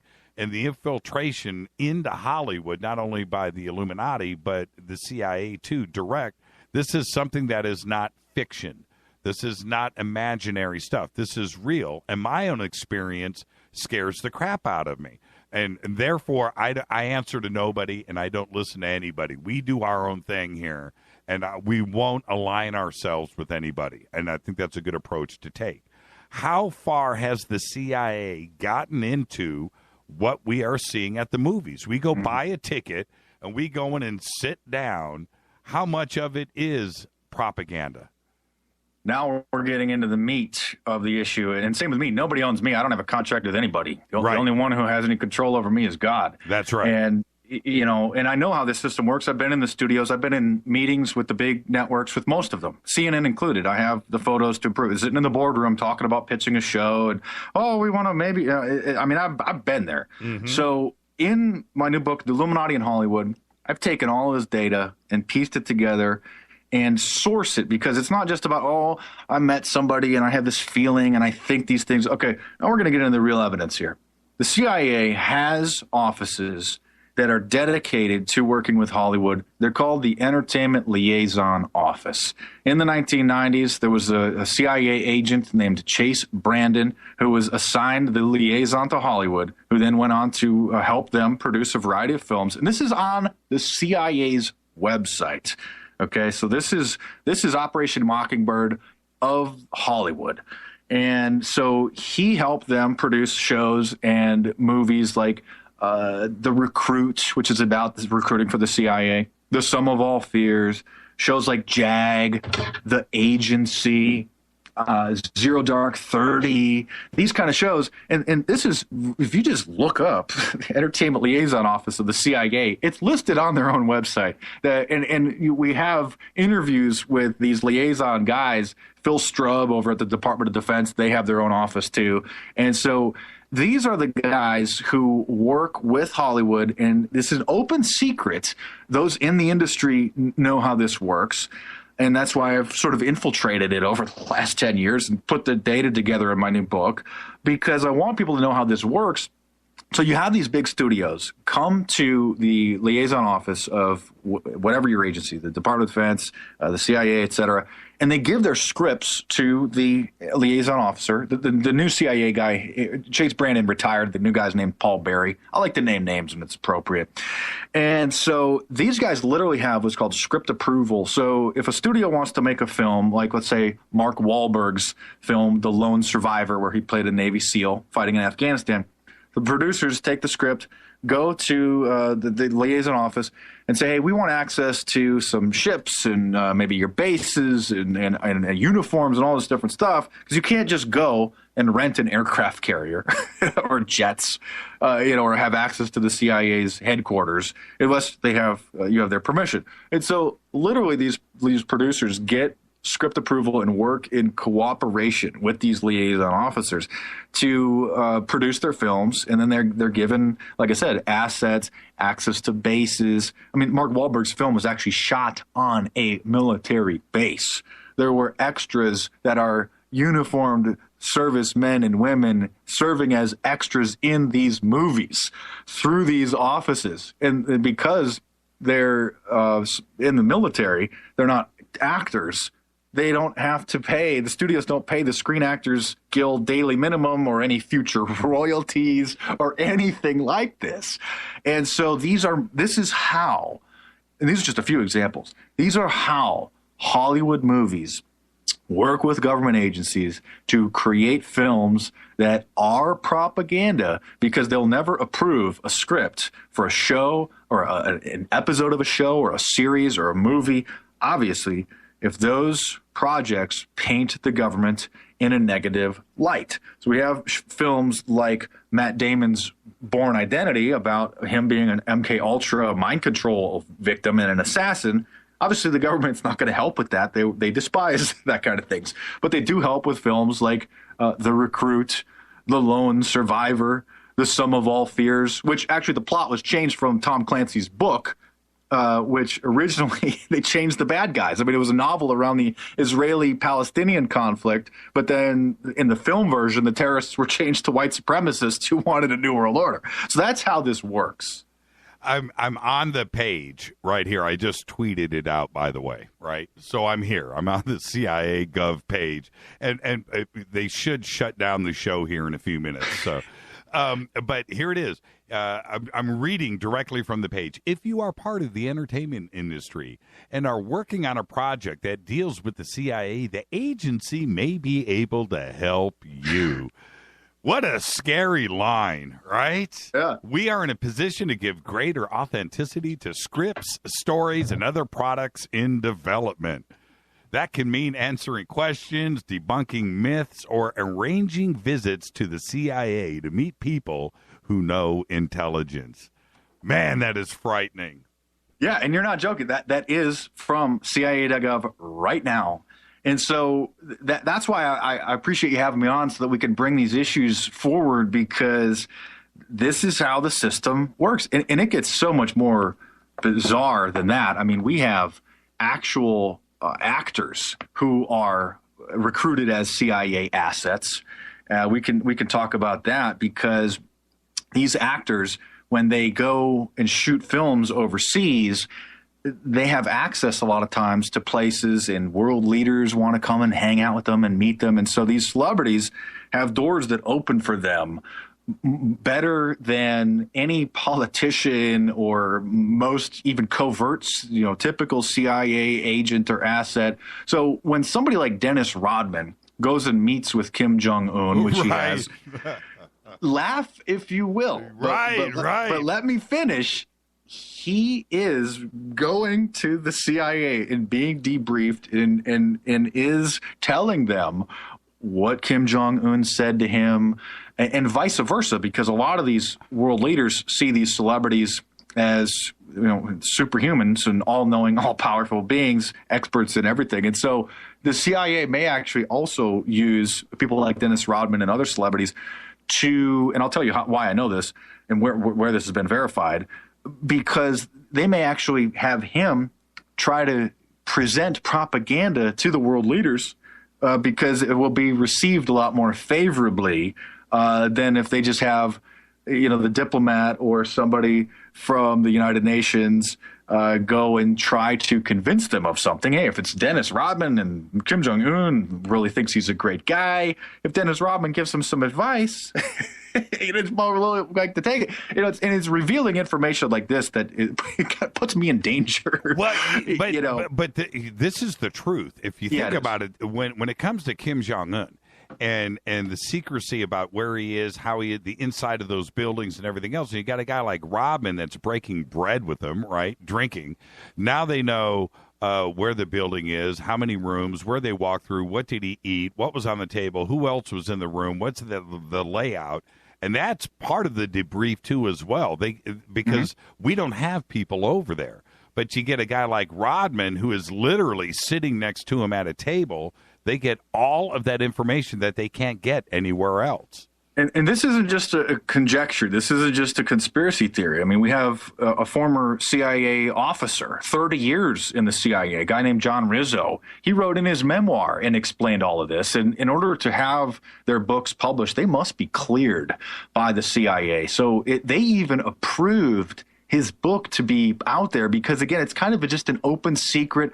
You're not going to see or hear this kind of information most likely on any major network, or it's not going to be the top story. So it sort of just is swept under the rug. And one of the closest, another piece of evidence is Ben Affleck, who starred in Argo. He was doing press for that. That was back in 2012. And he was asked by the London Guardian if he thought that there were any actors moonlighting as CIA agents in Hollywood. And you should see the look on his face. You can find the video. He admitted, he says he thinks that there probably is quite a few, and that Hollywood is full of CIA agents. And he wasn't joking. He wasn't being sarcastic, because he knows about the entertainment liaison office. I mean, he's a big Hollywood superstar, and many of them don't even know about this. But because he worked with Argo and doing the research between the CIA and Hollywood, you can't help but come across that information, all of which is compiled in my book, The Illuminati in Hollywood. So I hope people get it on Amazon or download it on your tablet. And I'm trying to articulate it. It's presented a lot better in my book, because obviously when you're writing a book, you can go over it a bunch of times and add information and source everything. So I appreciate you having me on, because this is so, if you want to figure out how the system's working, I mean, this is how it's done. And plus, there's one other thing, and I want to read one more line here from the CIA website. But the other thing is, Mark, is you're one of us, and you write and communicate in a way that we can understand. It's not coming from a mindset that we don't get it, we don't understand. You're one of us, and you write and present and speak that way, and we do appreciate it. I want to read this line right here. It says, this is straight from the CIA website. For years, artists from across the entertainment industry, actors, authors, directors, producers, screenwriters, and others have been in touch with the CIA. Whoa. You know, it's like, pump the brakes on this truck here. You know, we need to slow down before we think, you know, Mark is out of his mind. Here it is right here. And it's right there at the CIA's website. Now, you know what? I'm closing this before, I don't even, it's like burning a hole in my retina, you know, to see the liaison page in real time. It's crazy. Yeah, and we could continue. I mean, Ben Affleck's now ex-wife, Jennifer Garner, she starred in a television series called Alias, where she played a CIA agent. And so you know that the CIA was working with them. This is admitted that they helped to consult on the show. And so she actually, back in 2004, she recorded a recruitment video for the employment section of the CIA, because we know, oh, hey, she's a CIA agent on TV. I watched the show. Let's get her to publicize the CIA. And it goes deeper. The evidence just continues with behind the scenes stars or producers. A lot of people don't know who the producers' names are, the big ones, but the really powerful ones, people, they're not household names. Someone like Aaron Milchan, who was the producer of Fight Club and Pretty Woman and a lot of other movies. And just a couple years ago, 2 or 3 years ago, he admitted that during the 70s and the 80s that he was working for Mossad, which is Israel's version of the Central Intelligence Agency. And he admits that he was buying arms and military equipment for Israel and recruited other Hollywood figures to join him. And he also revealed that he supported the apartheid regime in Africa in exchange for them secretly aiding Israel to acquire uranium for their nuclear program. Oh, it's amazing. And this is all happening right out in the open, but you just got to know where to look. Our guest tonight is Mark Dice. This is Fade to Black. I'm your host, Jimmy Church. This is Bespoke Radio for the masses. More with Mark when we come back. We're going to get into, well, I want to talk about some more Mockingbird, but the Sun Valley Conference. Prepare to be freaked out. I'll be right back.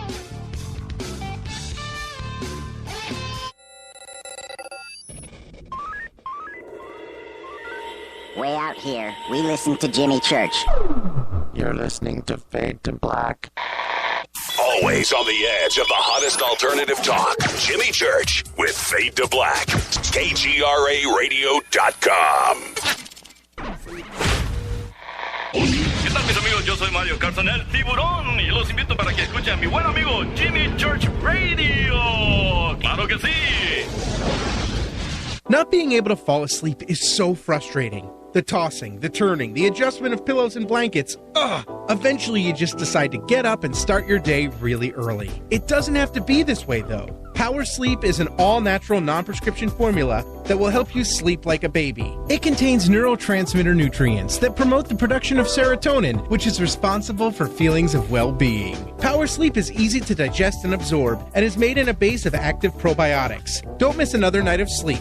Order your Power Sleep at EnergyWave.com or call 800-TURTLE-5. Add Power Vites to your cart while you're browsing. Perfect for Monday mornings. They're a complete multivitamin and mineral formula that will give you the energy you need to get through your day. Nourish your immune system and feel great. Get all the info and place your order at EnergyWave.com. Enter code word SLEEP to get free shipping. These statements have not been evaluated by the Food and Drug Administration. This product is not intended to diagnose, treat, cure, or prevent any disease. Did you ever turn to your radio for your favorite talk show to find that it's been preempted for this? In the air to deep right center. Back goes Lewis to the wall, and it's out of here! Or this? And I'm ashamed of you, Hillary, for voting for it. Do you have a favorite talk radio program that's not available in your city? Just go to TalkStreamLive.com for links to the best streaming talk radio shows. At TalkStream Live, you will find live talk shows 24 hours a day, 7 days a week. All your favorites are here. With such a large selection, you will also discover some new favorites. On the go and still want to listen? With a mobile smartphone, simply type TalkStream Live on your internet browser. Now you can take internet radio with you. You will also find hundreds of music, news, and sports streams. Best of all, the TalkStream Live directory is free and there's never a login required. Remember TalkStreamLive.com, the fastest route between you and your favorite talk radio show. You are listening to Fade to Black with Jimmy Church on the Game Changer Network. Oi, oi, I'm Reese Evans. You're listening to Jimmy Church. This is Revolution. The revolution will not be televised. The revolution is on radio. Ciao.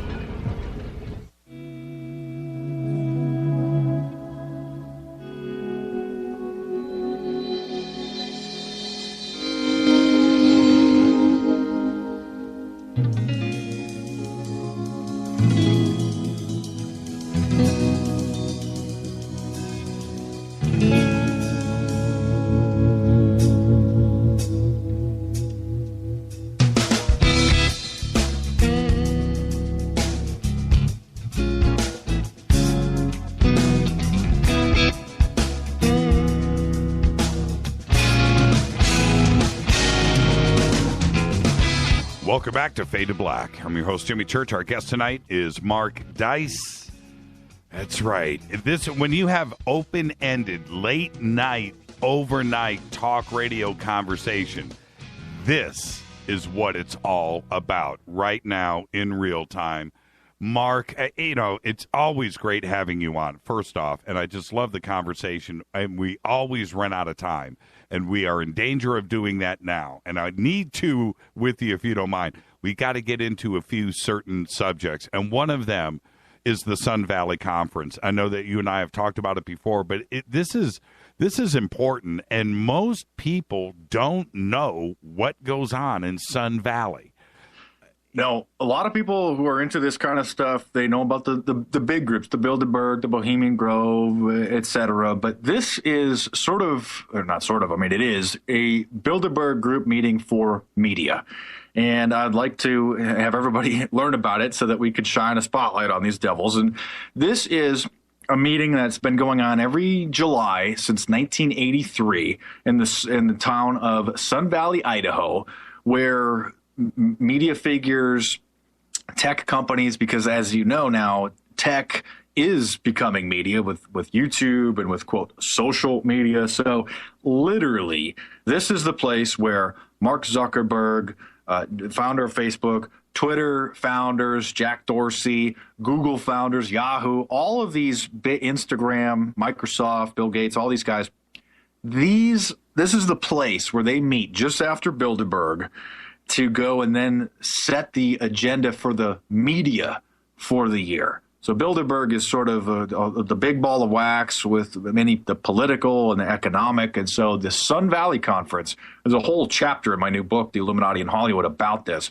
This is where these guys meet to set the agenda for the media, to determine which of the countless emerging social media networks are going to be propelled into the spotlight, the Facebooks, the Twitters, etc., because that way they can coordinate their Orwellian terms of service. They can put backdoors in with the government alphabet agencies. And this is where, I mean, the head of the CIA, either the head or the former head, they're always in attendance. Okay, so there are photographs. This is kind of another open secret, not really talked about. Hopefully in the coming years, it'll be like, oh yeah, Bilderberg, Bohemian Grove, Sun Valley, Entertainment Liaison. Yeah, we know about all of those. So this is one of those little known aspects. This is a place, for example, where Comcast acquired NBC Universal back in 2009. This is where America Online and Time Warner merged to AOL Time Warner. Microsoft merged with NBC to form MSNBC. This is where Instagram was bought by Facebook for $1 billion. That's a billion with a B. Yes. This is where BET, Black Entertainment, was bought from Viacom, who the founder, Robert Johnson, BET was founded in the 1980s and then sold to Viacom, the one of the big six media companies, who then just turned it into a toilet bowl of a network, perpetuating the very worst stereotypes and aspects of ghetto culture. And so the power of the Sun Valley Conference, it made Robert Johnson the first black billionaire, that's a B, in America before Oprah Winfrey, because Viacom bought BET from him and his wife. And his wife, now his ex-wife, Sheila Johnson, co-founder of BET, would later admit that she was, quote, ashamed of what Viacom did to BET. Now, why would the CIA, well, I know why, I just want to hear you say it. Why would the CIA go to a conference like Sun Valley when they should be dealing with stuff outside of the United States? But yet they are there in attendance and are concerned with how we are spoon-fed here inside of the United States.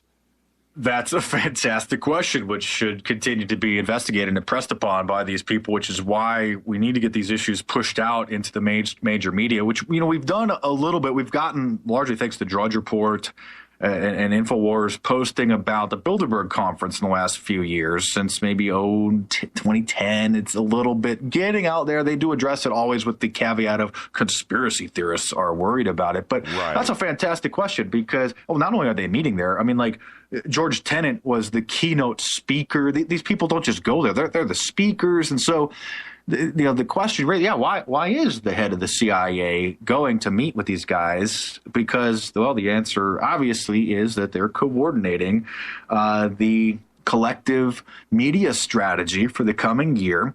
And that's where they get the talk, like in the classic film Network from the 1970s, about how the media functions. And if you want to play the game, you want to be a billionaire, you want your social media service to be one of the big five that everybody uses, well, you got to play the game. You got to give backdoors. You got to agree to the terms of service.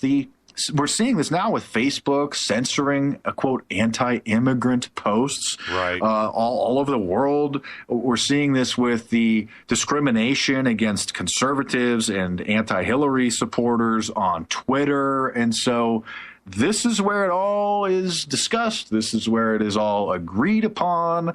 And it's quite obvious once you start putting the pieces together. I mean, even the New York Times ran on. I mean, this is reported in mainstream media again, but not the number one story. So some people in the know learn about it. But New York Times ran an article in 2007 that admitted that yes, They're meeting there, and they have the levers on the media, quote, the levers on the media and the entertainment economy, and the photos of the CIA heads there, and some information does leak out, and this is where it all goes down. You and I need to go to the next conference. You and I need to go. I'll contact Jack Dorsey myself. He's a friend. I'm serious. We need to go up there. You and I. And I have some things that may be in the works. I don't know if I'm going to be up there, but there's a possibility. I've been I don't want to let the cat out of the bag yet, but I think that's a great idea for everybody. We could talk about that later because we need to get this well known as the Bilderberg group. Well, now, you were talking about network, and it's funny that you bring that up because I brought up the Running Man a couple of weeks ago, and I was using that as an analogy of what's going down with the election cycle right now, how it has been twisted into a real-time, 24-hour reality show, a disgusting one at that. And Network also warned us about all of this, too, as well, and we're seeing it play out in social media, everything but issues, everything but, world issues and issues inside of the United States are being talked about. We're talking about the size of hands and personal attacks on both sides. It doesn't matter, Republican, Democrat, it doesn't matter. It's all been sucked down to a level that we never thought that we would actually be here because this is like a bad dream. And social media is playing this out right now. Are we really living that network Running Man mass media reality television show right now? Yeah, for those who don't know, that the Running Man, a popular Arnold Schwarzenegger film about live entertainment show about taking prisoners and then having them hunted down and killed, and that's the kind of entertainment that the public wants. The public loves. The more gruesome, the better. We are seeing this infotainment, bizarre aspect of this election. You're right. I mean, when in the world have we ever seen, we never have seen candidates talking about the size of their private parts and having measuring contests during a debate. Yes. It is absolutely incredible. And I think, we're seeing the establishment scrambling, trying to prevent perhaps their loss of grip on their power, because sometimes these people get arrogant. I mean, we have John Brennan, the head of the Central Intelligence Agency, has his own personal email hacked into. We've seen it with Colin Powell, former Secretary of State. So these guys may not be keeping up with the advancing technology, and they may be a little bit behind the curve. And I mean, we all are to some extent. I mean, I remember back in, I think, 2008, maybe 2007, somebody was telling me, one of my friends was telling me, oh, you should sign up for this Twitter thing. And I took a look at it, and I'm just like, well, that's pretty stupid. 144 like, what's the point? Right. And I didn't really grasp the importance of it and how things can be trended and the communication aspects of it and how it all works. And then, of course, because that's been propelled and now part of many people's lives, we're seeing that being used to censor because the data that some people present is so, quote, dangerous to the power hold of the establishment. So we're seeing these instances of shadow banning, or people who are posting tweets, and then if they're, people who are following you may not see them, or maybe only 1% of the people will see them. We see this on Facebook, certain keywords, if they're just included, nobody hardly sees your post. My Facebook page has like 130,000 people following it. And as an admin of a page, this, you have statistics who see how many people your post, quote, reaches. Right. And when Facebook went public, instead of the old school version where you would post a message and everybody who's following your page would get it showing up on their news feed, now, in order to make money and to censoring keywords, Facebook, and you can see the graph as an administrator, if you're anyone who runs a quote fan page or a product page for a business, sees how many people a certain post reaches, and it's about 1% for the most. I mean, maybe maxing out at 10% unless you pay them per post. So if I wanted to post, I posted on my show, hey, on my page, I'm going to be on the Jimmy Church Fade to Black show. Everybody tune in. So like nobody saw it. It just dumps down the memory hole. Only a few hundred people saw that out of the 130,000, unless I pay. And it depends on how many people you want to arrange or allow to see your post. So I think for mine to have it show up on everybody's page, I think it's $700 for one status update to then be distributed in the news feeds of everybody who's following my page. Yeah, and we refuse to capitulate. We will not do that. And what's interesting is I can't figure out the algorithm, because once in a while, once a week, we'll have a post that goes viral, right? That just, takes off. And I can do something nearly identical to that, and it reaches 1,000 instead of 100,000. It's bizarre. I can't when I think I've got my finger on the pulse, right? And we have people that administer the page, and we try to reach as many as we can without a fee. I'm not gonna bend to that. But I can't figure it out, man. I can't. Anything with external links is usually dumped down the memory hole. Anything with buy, tune in, it's seen as it's spam.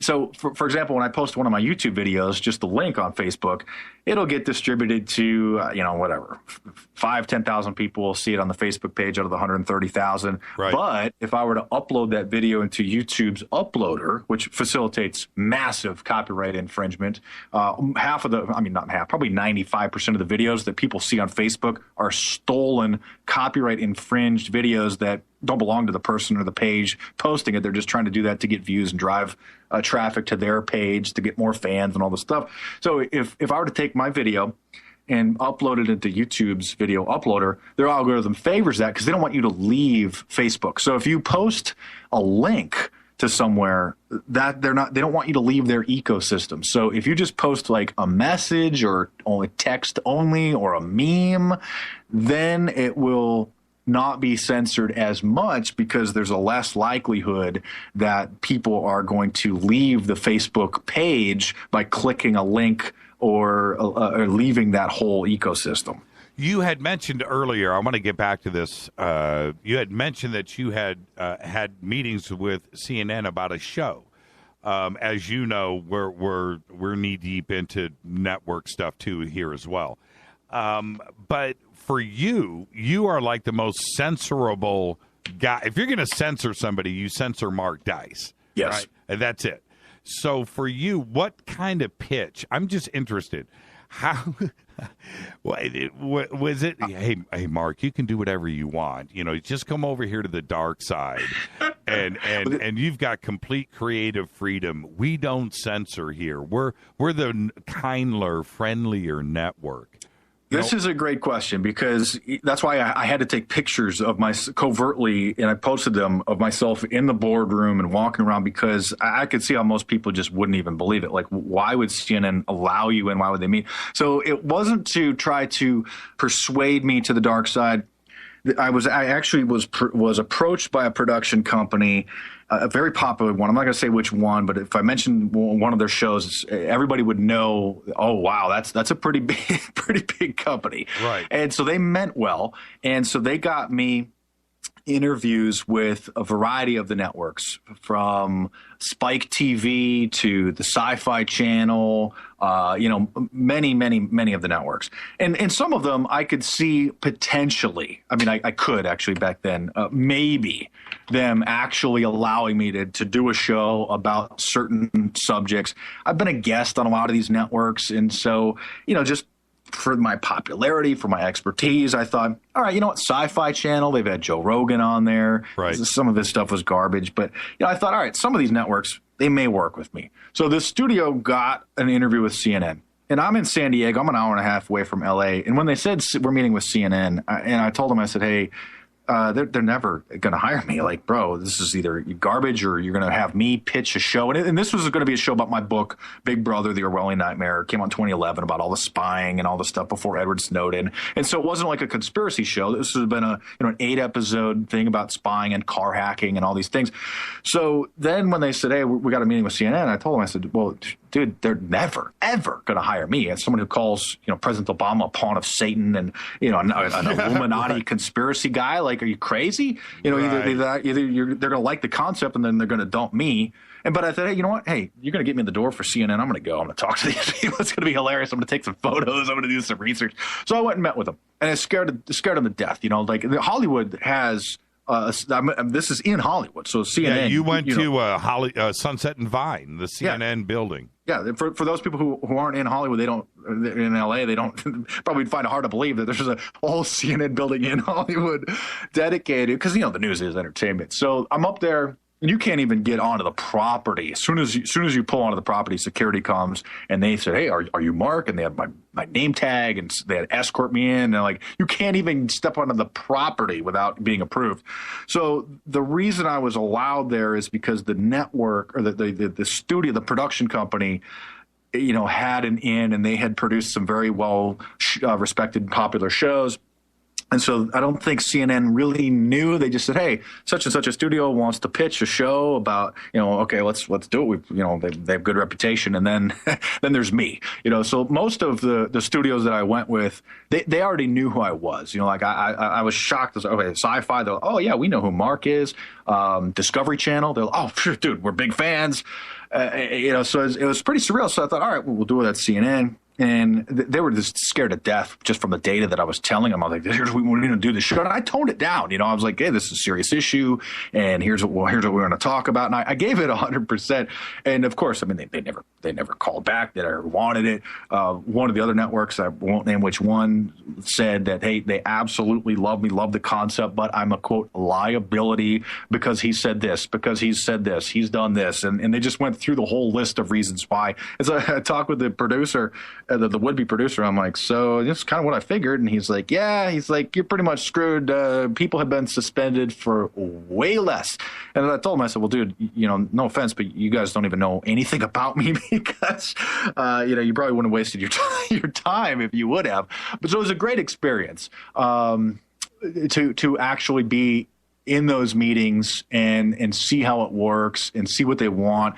And then one of the producers, the would-be producer, midway through some of the pitches, because I was just going to LA every week for these meetings for a month and meeting with different networks. And he would call me and say, hey, can you delete this video from YouTube? Because if the executives find it, they might not like it. And I just, that was when I realized, I was like, just as I suspected, I was like, you obviously don't know anything about me, but it was a good experience, and I'm glad that I did it, and that's why I can stand here and talk about it, because I didn't sign a contract with anyone, because these contracts are so horrible, the confidentiality, and you won't talk disparagingly about the network and the other talent and all this crap. So nobody tells me what I can or can't say, and I'm very proud to be able to admit that. What did you have any idea when you sit down with these guys? Because I've had many of these meetings myself, and I'm always I'm about 50% of what you do. You go full tilt, right? Your foot is on the gas, and I'm even a little nervous about some of the things that I deal with. I sit down with these guys, and I'm just thinking, man, really, what do they really know about me? And with you, they didn't have a clue? Didn't they have any idea at all? No, CNN did not.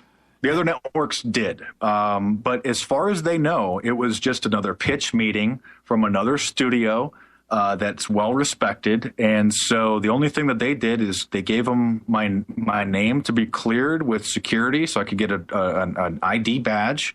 And that's the one step. So obviously after that, then they have the treatment and they have the outline, and then they went, the people that we pitched to, they go to their higher ups. There's a whole chain, as you know, the food chain. And so at that point, even the second step, as soon as they say, hey, yeah, this, the guy's entertaining, he knows what he's talking about, the studio's very reputable, and then as soon as they started looking in, I'm sure they said, whoa, like, no, rejected. Well, and what's funny is right now they had an opportunity with you if they had any vision, because right now they are how do I want to say it? Right now they want ratings with shock and awe. the whole thing, you were talking about penis size, right? And they've turned these debates into an advertising revenue machine, right? It's like they are okay now. And I'm talking about all the networks, MSNBC, Fox, CNN. They want this Running Man network type of situation to actually happen. And if they had any vision at all when they sat down with you, they could have had and been successful in moving forward with what is actually running the country right now. It's funny. The guy that said no to you probably is unemployed right now, if you think about it. And that's what the producers told me, because with the other networks, like I said, I could see Discovery, and I've been guests on shows on a lot of these networks, and so I thought, okay, I got a pretty good resume, maybe they would take a gamble, and obviously there's some material that they wouldn't talk about, they wouldn't never go there, but I thought, hey, you know what, it's going to be publicity for me, I'll get to talk about some real issues, and then people can read about more in my books or come to my YouTube channel. And when I said to the production studio, to the executive producer, I said, hey, I can't see CNN working with me. Like, I don't know if I want to waste my time driving up there and talking to these guys, or I feel like you guys are going to screw me because, they're just going to say, yeah, we like the show, but we don't like him, and, so goodbye, but we'll pick a new host. And so, if that's what you guys are going to do, that's going to be pretty terrible, and you have no legal recourse with that. And so he said, no, man, he's like, things are changing. They're desperate. They're losing viewers by the day. He said, just give it a shot. You'd be surprised. And I knew CNN never would. I mean, I thought some of the other networks, Spike especially, I thought, hey, yeah, Spike TV's, pretty good network for that kind of stuff, or Discovery or Sci-Fi or whatever. But you're right. The producers thought maybe they would be willing to take a chance because they're a dying network, but then they just get supplements and kickbacks and other ways to try to prop them up as they just continue to limp along when they're losing people to, people like me and alternative shows like yours and other popular YouTube channels who, at least for now, can do, for the most part, what they want. We're going to be hitting a break here in about 2.5 minutes, and then we'll pick this up on the backside. But I wanted to ask you, with the debates, with this election cycle, and the subjects that are being discussed now, seriously for ratings, do you think that this is the intention of the Illuminati and the Bilderbergs and the puppet masters to crumble the very foundations that are being built right now, to either rebuild it because they're out of control and they're using the media to help facilitate the crumbling of the infrastructure of Washington? I don't think that they even have an idea of really what's going on. I think that Hillary's going to win. I don't think that she would win legitimately. I think that they're going to do everything that they can through the electronic voting machine frauds and any other means necessary to get her in. She's the ultimate Illuminati servant. She'll do anything that the establishment wants.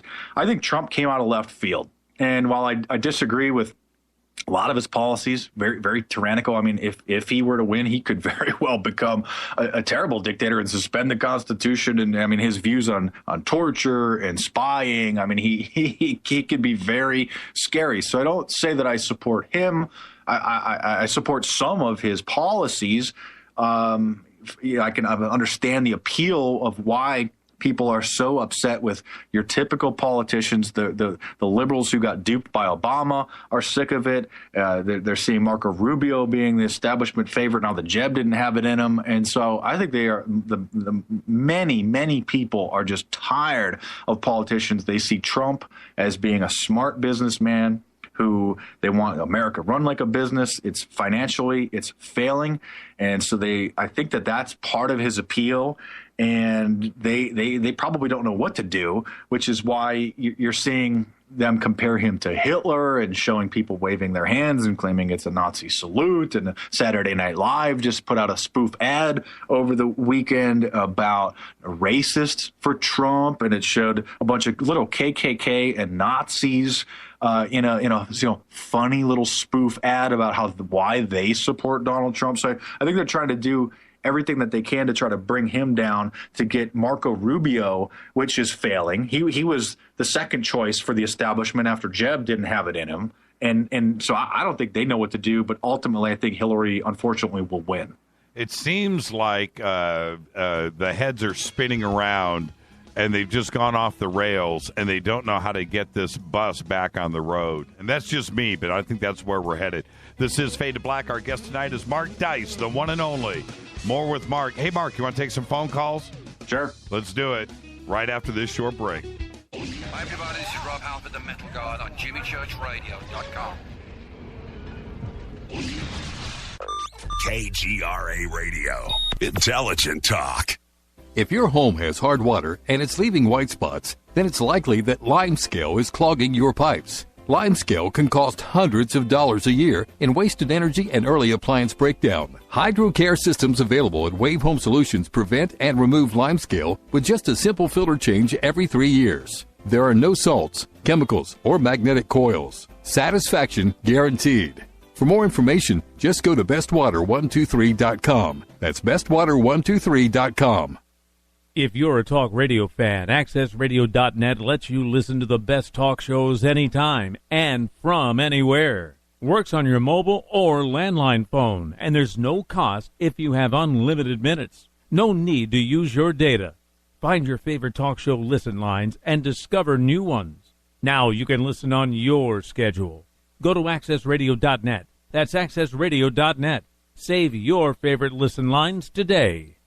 Hi, I'm Richard Dolan. When I'm not hosting my radio program, The Richard Dolan Show on KGRA, or writing new books on UFOs, I run a publishing company. I'm proud to say that Richard Dolan Press has published some of the most fascinating books available on UFOs and related subjects. They include Dr. Bruce Maccabee's classic analysis of the UFO cover-up, David Marler's breakthrough book on triangular UFOs, Dr. Richard Sauter's unique work on underground bases, and other classics by Grant Cameron, Chase Kletsky, and Dr. Bob Wood, not to mention intriguing works by Eve Lorgan and Laurie MacDonald that deal with truly bizarre phenomena. I'm proud to publish such high-quality and original works, and there are several amazing books about to be released over the next few months. Go to richarddolanpress.com to learn more.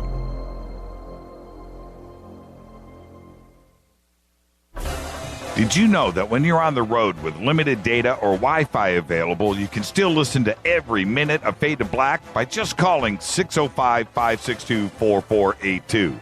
No smartphone, app, or internet needed. It saves your data plan and no extra cost if you have unlimited minutes. Just call 605-562-4482. You can listen to me, Jimmy Church, on any phone, anytime, anywhere. Go Beckley Tappy.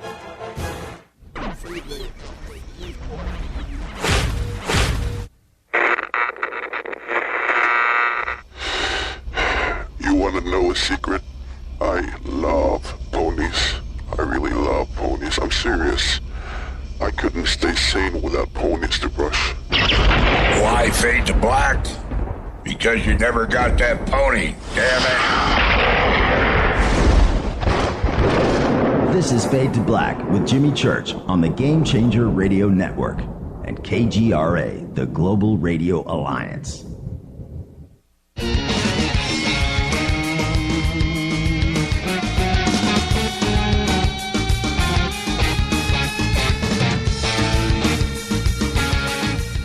Welcome back to Fade to Black. We're opening up the phone lines. Any questions for Mark Dice?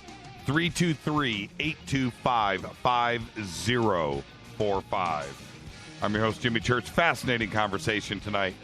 And also, Mark, I have got a whole list of questions that have lined up in Twitter that I've been ignoring, and I promise everybody I will get those into as well. Hi, you're live on Fade to Black. Say hi to Mark Dice. Who's calling?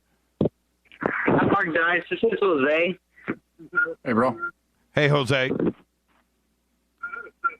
Quickly, Jose. All right, let's go to the next caller. Hi, you're live on Fade to Black. Say hi to Mark Dice.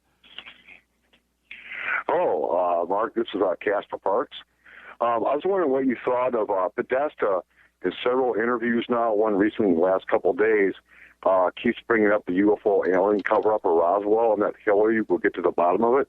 I could take my answer off the air, but I was just wondering what you thought of that.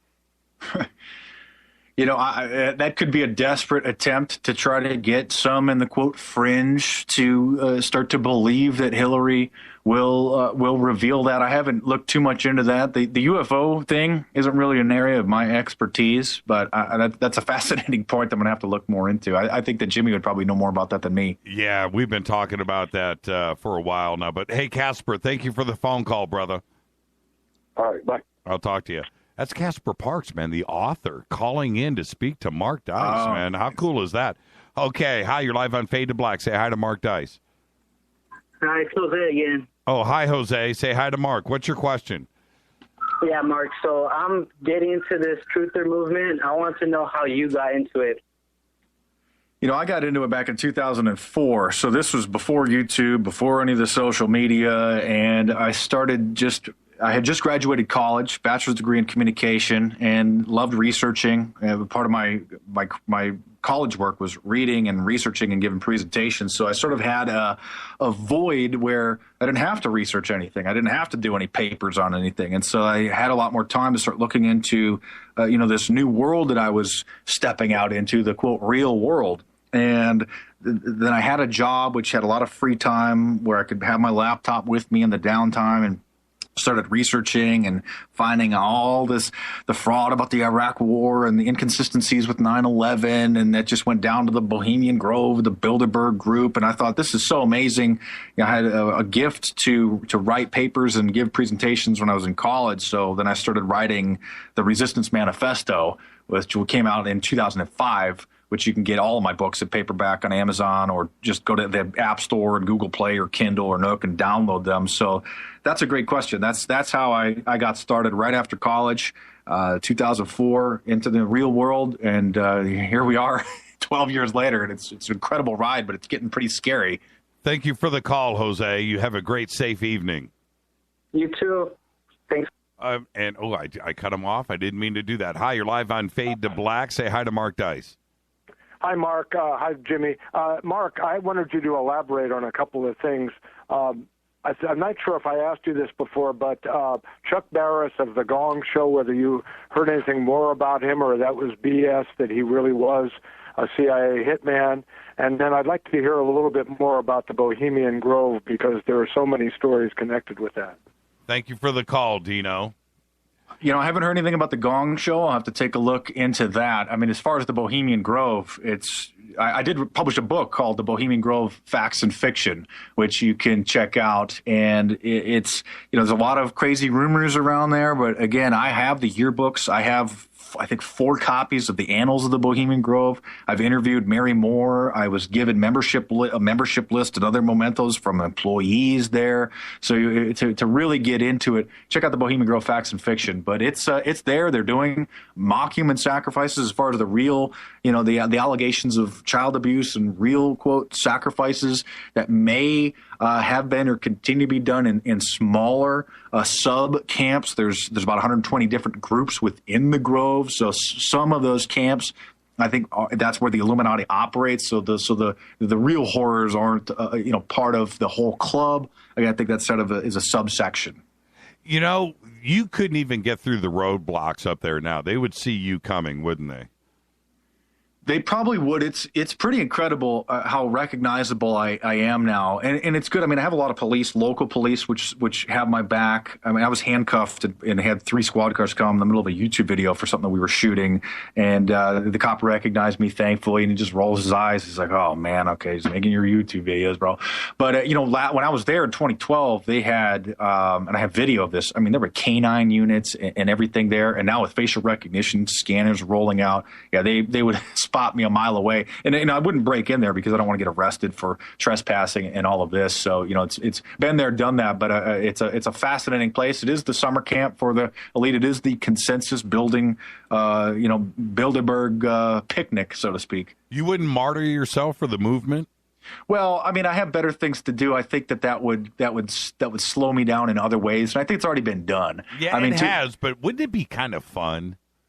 It might. I mean, it's kind of data that I could get in there, and can't reveal. Don't want to tip my hands. Don't want to tip my cards. But doing what I can to do what I can do. Well, I've often thought about like going up to Area 51 and just crashing the gate.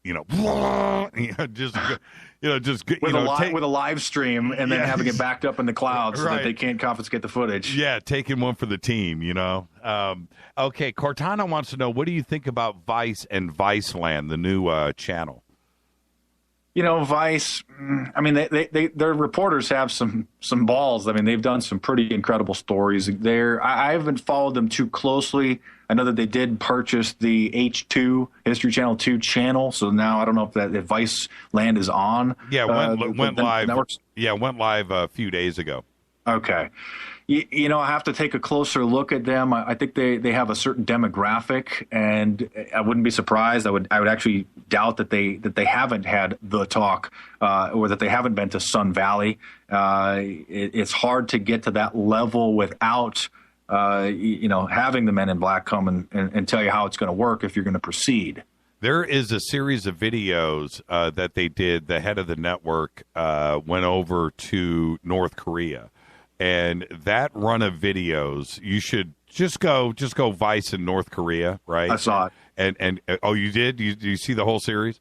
Oh no, at least I saw one of them. And I mean, I give them some credit because they've done some great work and they put their lives at risk. Those reporters. You ain't lying. There you go. Okay, hi, you're live on Fade to Black. Say hi to Mark Dice. Who's calling? Hey, Mark. Terry. Hey, Terry. Can we go deep in the rabbit hole for a second? Yeah, go ahead. What's your opinion on these cloning centers that Donald Marshall's talking about?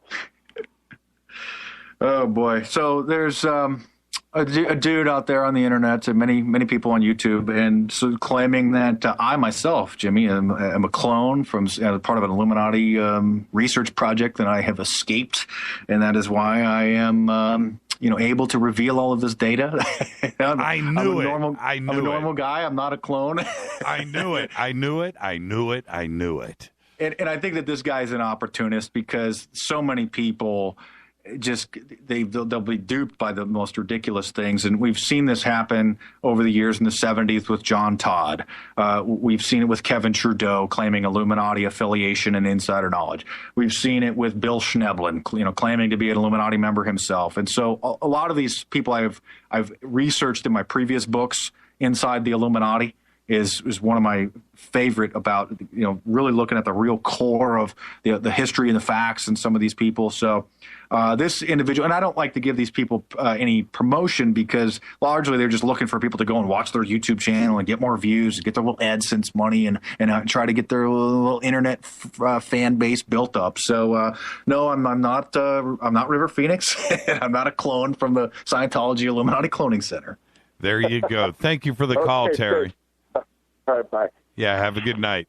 Let's see. Questions. Oh, phone lines are open. 323-825-5045. Deuce Guy wants to know, do you have a timeline on when the Illuminati started to take over popular culture and popular music? I mean, was there a safe time in the music industry and then, a 0-point date of afterwards?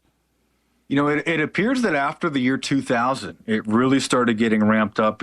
Around 2010, it's just started going mainstream. And I mean, now we have pop stars, which are basically porn stars. I mean, it's incredible. We have Miley Cyrus and Rihanna literally doing full nude photo spreads, and it's incredible.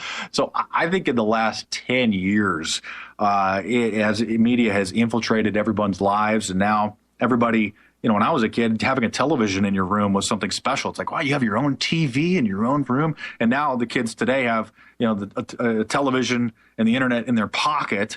And so everyone's getting detached. Everybody's in their own little world. The family room is no longer for families. And so that's contributing to this detachment and this unsupervised, quote, media consumption from the younger generations is contributing to the downfall of this country, in my opinion. What do you think about this encryption battle that's going on right now between the FBI and Amazon and Apple. Yeah, for the quote, the terrorist cell phone needs to be decrypted to find out who he was communicating to. There's something called a phone bill, actually. I think that has all that data. All of the text messages, all the phone calls, any video that it's been sent through the ether and is stored in the cloud service. So I think that this is a red herring. I think that this is an excuse for them to try to end all encryption, so that we are in the quote Orwellian nightmare, so that there are, like the old 1990s film No More Secrets in sneakers. You may remember that one with Robert Redford, Dan Aykroyd. And so I think that they don't need the information. They don't need that. The NSA has quantum computing and the most sophisticated things. And I mean, as Edward Snowden confirmed, as I reported 5 years earlier in my book, Big Brother, I mean, every phone call is being recorded. And even if it's not recorded, it's being transcribed into text. So then it's searchable and it doesn't take up as much room. So every phone call that you make is illegally recorded. And this, not only Snowden has revealed this, but other NSA officials have let that slip as well. And so they're trying to convince the public to say, yeah, no more secrets, nothing to hide. No more encryption, no more locks. I don't have any, and it's this continuing of this public exposure so that everybody will be really afraid to stand up finally when the system starts going majorly tyrannical, because they don't want to, I don't want to lose my job. I don't want to have anything bad happen. They know what I've done. People are easily blackmailed that way. We've seen that with Echelon, open secrets about Echelon being used for blackmail and business espionage, et cetera.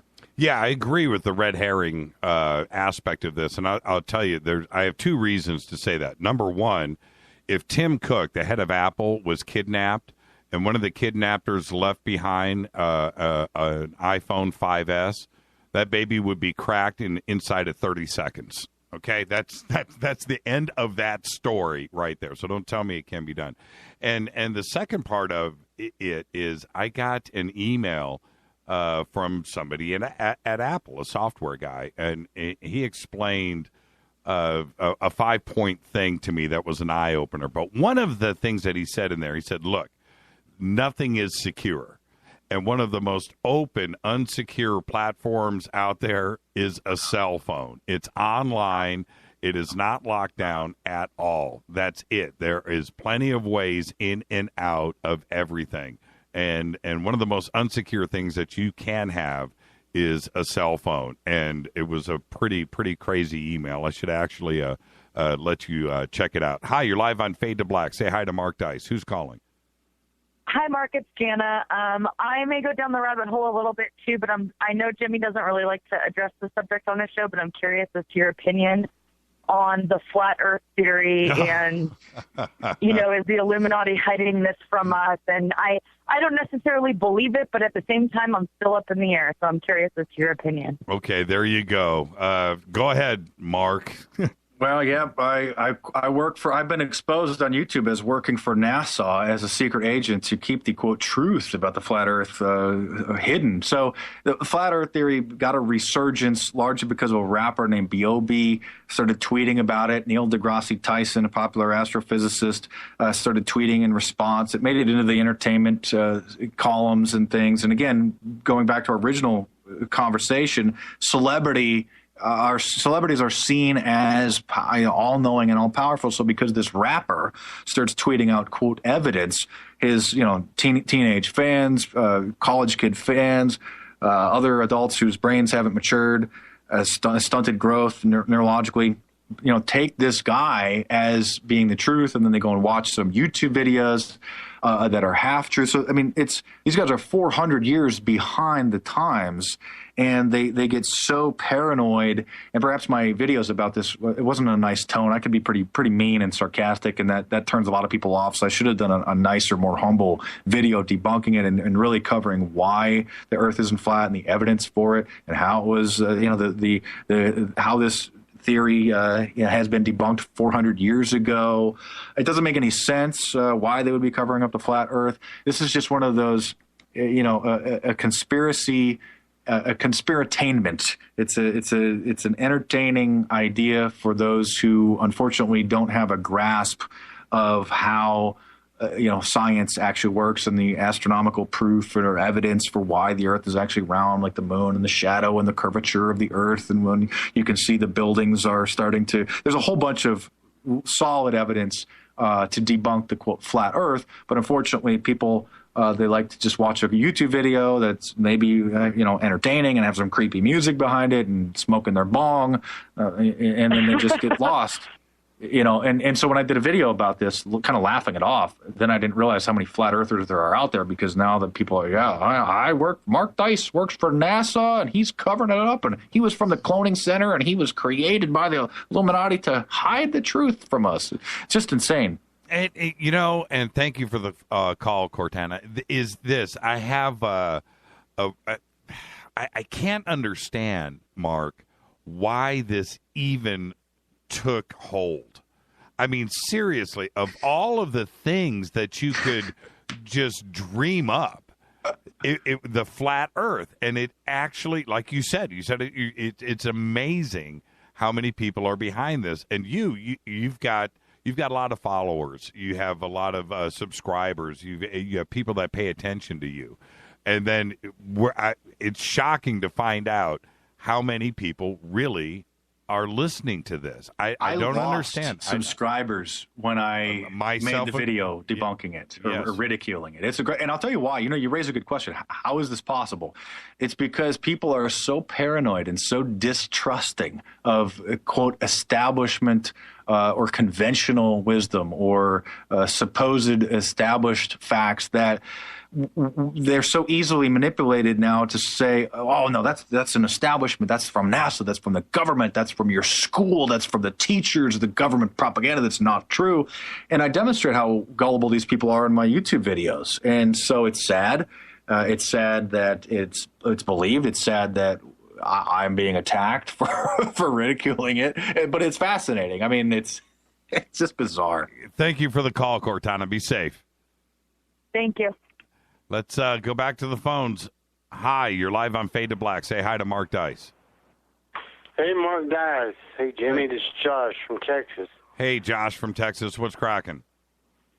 Hey, man, I was just wondering if you can enlighten me. I don't know anything about the boule. I don't know if I'm pronouncing it right or not. Yeah, he's talking about basically sort of a secret society or like a Masonic brotherhood for black folks. And so don't know too much about it. A lot of really wild allegations surrounding it and alleged activities, but it's sort of like a Prince Hall Freemasonry branch, which was started by the first African-American Masonic branch many 100 years ago.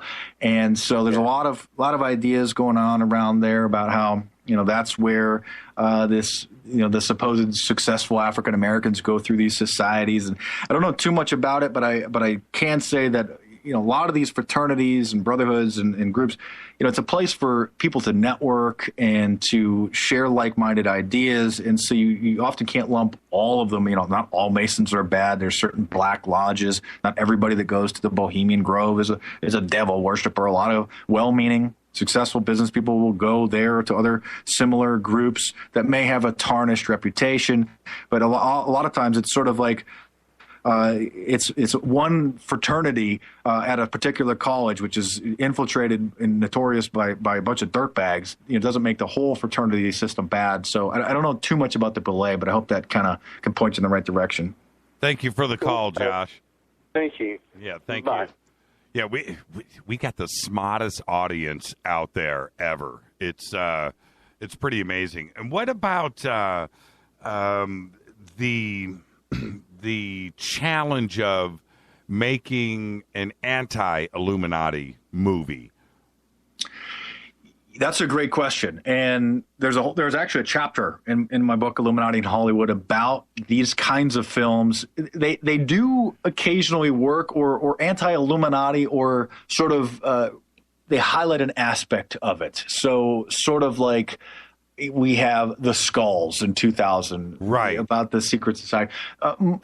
People say that's some could argue that it's whitewash, but we have films like The Manchurian Candidate, which was remade in 2004, starring Denzel Washington, which is about government mind control and neural interfaces. And there's just an article on CNN today about the government's really wiring chips into the soldiers' brains. So we have occasionally films like The Manchurian Candidate, perhaps even Captain America Winter Soldier, which came out recently, which is about the New World Order. And there's a scene in there, I don't know if you've seen this, where they tie in Project Paperclip and the Nazi infiltration and create. So, but then again, Captain America is sort of a pro-eugenics movie. So again, double-edged sword. Maybe take something like The Lord of War, which stars Nicolas Cage, which is fantastic he's an arms dealer. And so that's an aspect of this system. Or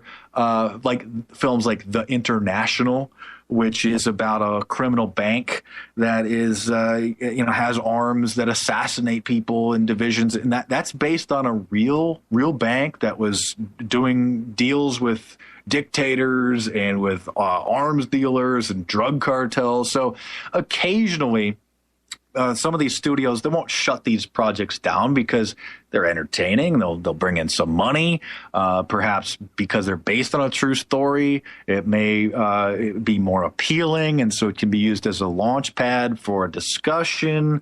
But the water gets really murky because a lot of times there are good and bad. Because you take some of these movies and it may whitewash certain events, or people may say, oh, well, when you talk about real issues, oh, that's just a plot from, Transcendence or Manchurian Candidate. You've seen too many movies. So in the book, I did a good job, I think, of separating the facts from the fiction and sourcing all this material. But that's a great question. You're live on Fade to Black. Say hi to Mark Dice. Hey, Mark. How you doing, pal? All right, man. I just want to ask you, I seen you on, the History Channel TV show, America's Secrets or Book of Secrets. And I was kind of curious, what do you actually think about the gold in Fort Knox? Yeah, great question. Yeah, thank you so much. The executive producer of that series is a pretty big, conspiracy guy. I mean, I've spoken with him personally. He doesn't buy into 9/11, and he actually started kind of hammering me personally hard for, why do you think 9/11 is an inside job? But that series, America's Book of Secrets, I was on H2. I love that series. It's very solid. It's very well done.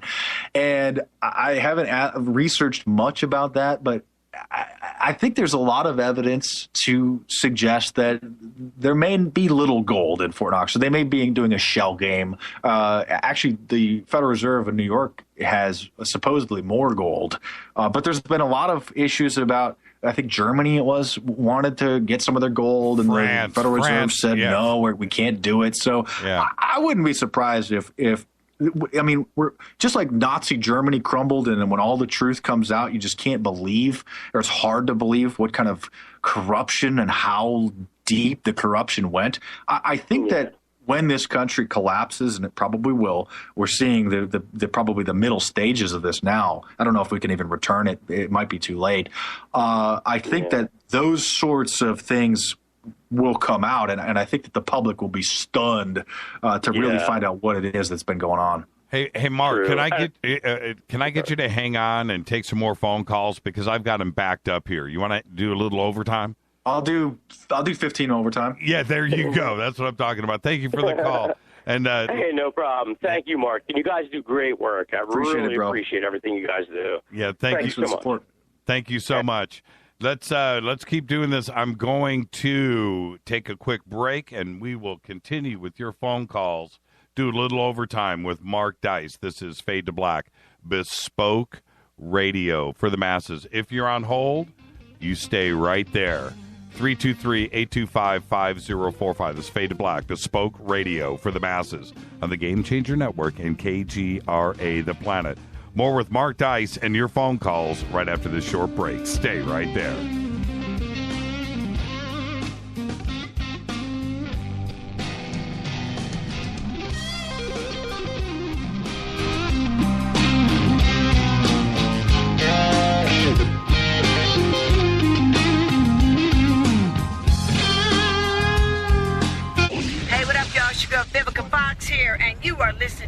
boy, Jimmy Church, on JimmyChurchRadio.com. Despite popular opinion, reading a book will not make you smarter. But listening to Jimmy Church will. Angioprim can clean blocked arteries and improve blood flow in all parts of your body. Angioprim is liquid oral chelation. It's not new science. 50 years of research has gone into chelation, and now there's Angioprim. Easy, simple, liquid oral chelation. You take it with juice before breakfast and forget about it. Angioprim works fast, unlike old-fashioned chelation that takes hours. The first thing Angioprim users say is they have more energy, more strength, more endurance. Increased circulation and blood flow will make all your body parts work better. Log on now at angioprim.com to get more information on how you can get started and start feeling better and doing more. Lots more. Talk to a trained Angioprim consultant or go to angioprim.com for help. Call Angioprim toll-free at 877-882-7221. That's Angioprim at 877-882-7221. Get the facts about Angioprim. Begin living the life you want, doing the things you used to do again with Angioprim. Hello, Fadernauts. Are you looking for the ultimate Bluetooth speaker system? Well, check this out. The Studio Dome surround sound system, featuring the Studio Dome 1 SD1 and the Studio Boombox SBB wireless Bluetooth speakers, is the perfect way to get surround sound without all of the cable headaches. With its own hard shell custom carrying case for taking your surround sound experience on the go. Each hard shell case comes packed with an SBB, 2 SD1s, cables, and power. It's just $99, and you use the promo code Jimmy, and you get yourself some free shipping. Once again, Studio Dome brings you the best deal on the net. Anywhere. Just go to the Studio Dome banner, JimmyChurchRadio.com, promo code Jimmy. Go Beckley Teppy.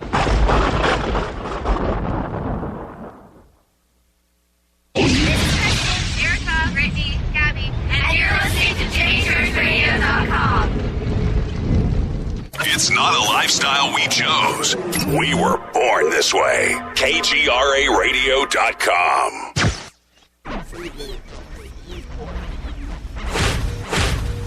This is KJCR at JimmyChurchRadio.com.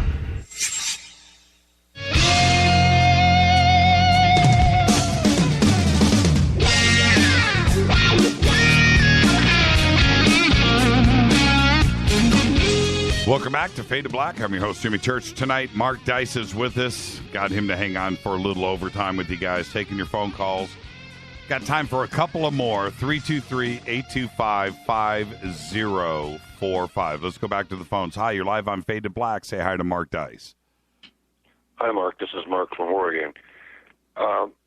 My question was, you'd mentioned earlier about voter fraud and Hillary probably being elected due to the electronic voting machines being, corrupted. And I wondered if you thought about making a film broaching that subject so that the public was better informed about how insecure voting machines are. And then secondly is, what do you think of a write-in campaign that literally forces those votes to be hand-counted? That's a great question.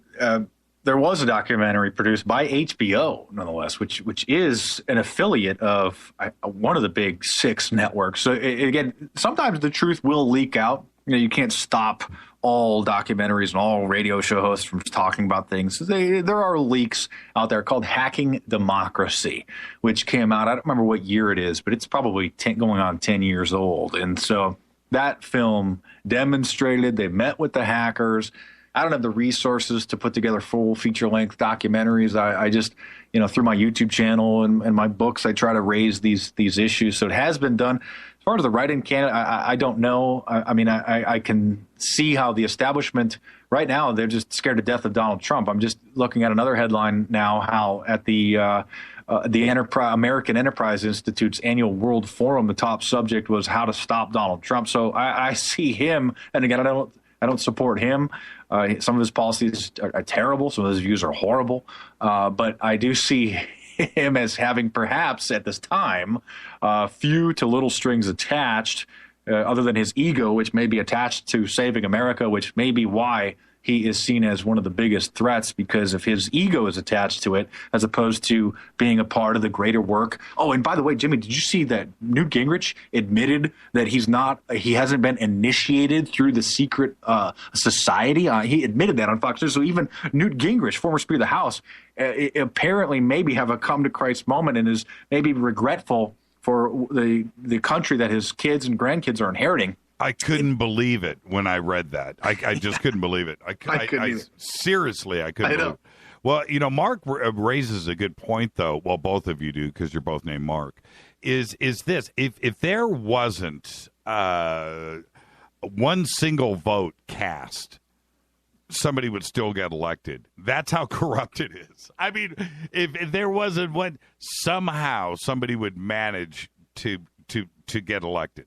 Voter fraud's been around, and it's probably one of the oldest versions of fraud. So it's tough. That's why you have to just be on top of things. And I don't, people sometimes, your vote doesn't count, but you can't just check out. You have to still participate in the process. On a local level, probably, a lot less fraud, but on a national level. But that's why I think this election it's historic for my life. Getting wisdom from the elders.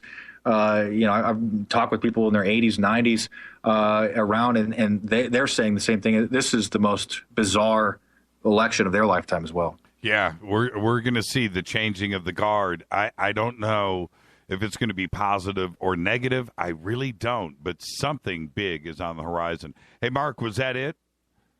That's it. Thank you for the phone call, brother. All right, good night. I want to let you go with this. First two things. I had on Leo Zagami, not only here, but I had him on over at Coast about the Illuminati. And a pretty frightening guy, and a very knowledgeable guy, too, as well. And one of the things that he talked about, and I had to dance around with it on Coast because of, the FCC and regulations and where we can go with things. But he literally dedicates his time to satanic rituals and sacrifices that go on in these rituals, and his investigations of that. Of course, he was jailed for a couple of years up in the Netherlands over this, and it is something that I feel uncomfortable talking about, but it's also a reality, isn't it? I have my opinions on him. I think he's an opportunist. I wouldn't put much weight into what he says are his personal experiences for the most part. Again, some of these people could come along and present themselves as if they were insiders to try to give themselves more credibility. Like I said, John Todd, Bill Schneebelen, Kevin Trudeau, all of these other hucksters. But as far as the claims about sacrifices and hardcore abuse within the Catholic Church in Hollywood, I think there's plenty of credible evidence for that. There is a section in my book, Illuminati in Hollywood, about the sexual deviance, and there's some very serious, incredible allegations made about that happening, not only in America, but overseas. In England, we have former retired police officers from Scotland Yard, that's London's police department, saying they were stopped from investigating child sacrifices amongst the certain members of Parliament with what were called D notices, which is the equivalent of a national security letter here, which says, hey, you got to back off because this is above your pay grade and there's a bigger picture here. And so I think that at some level, within the hierarchy, there is this sacrifice type of thing that goes on, and that's why I got to be careful articulating it because I don't want to misspeak, and so it's I don't even like talking about it because it's so horrible, but it does need to be investigated. Right. So there is also in Bohemian Grove Facts and Fiction, I cover the allegations surrounding these kinds of claims about the Bohemian Grove. And so something definitely stinks, and it needs to be investigated by the proper authorities. I'll say this, and I'm going to also do a little dance around this without getting into specifics. But when I first got to Hollywood, I was a aspiring guitar player, right, in the early 80s.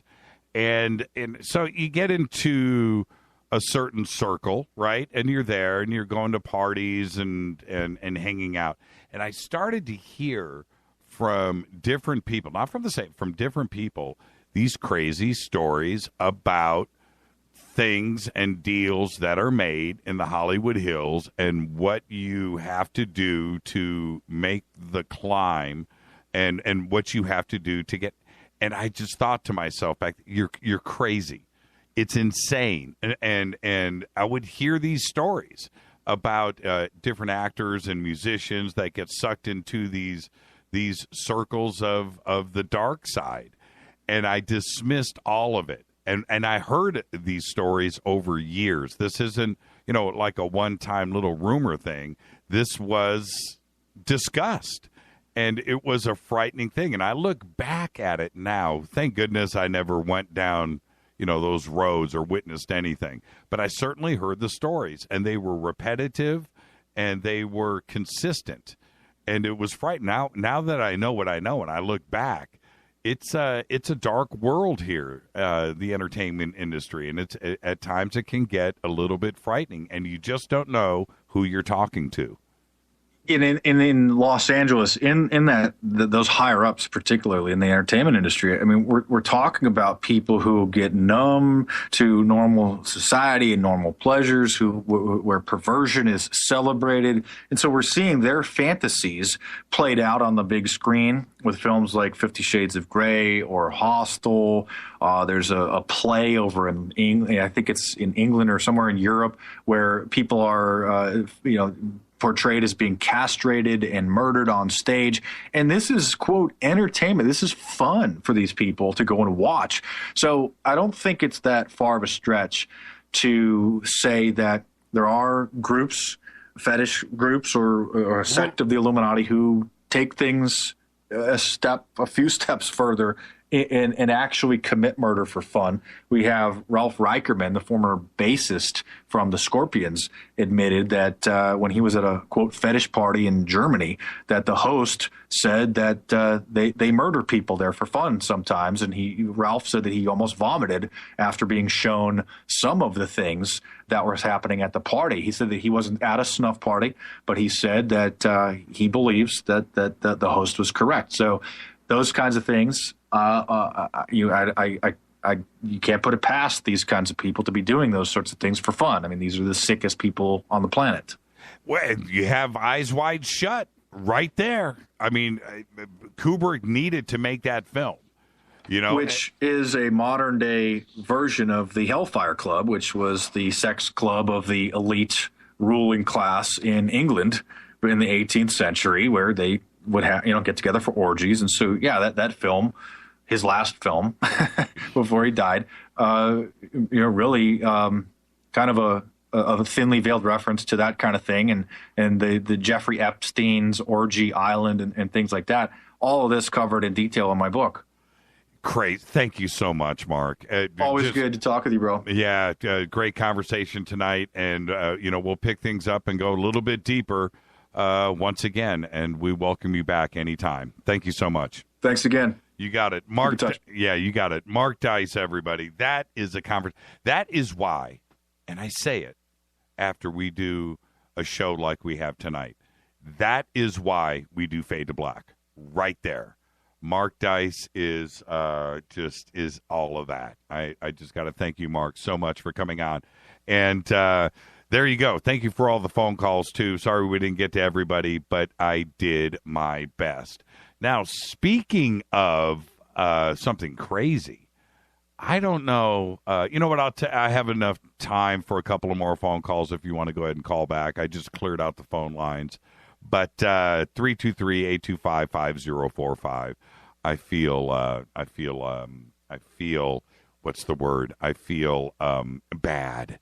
All right. So 323-825-5045 was yesterday here in the Valley. Something crazy went down. Lana Ray Meisner, the wife of Eagles co-founder Randy Meisner, died yesterday when a rifle accidentally discharged while it was being moved. Happened at 7 p.m. last night, right here, about a mile from our studio. North Hollywood police officers responded to a call at 7 p.m. and found Lana Meisner with a single gunshot wound. She was pronounced dead at the scene by the L.A. Fire Department. She was killed when she moved a rifle that was stored in a case.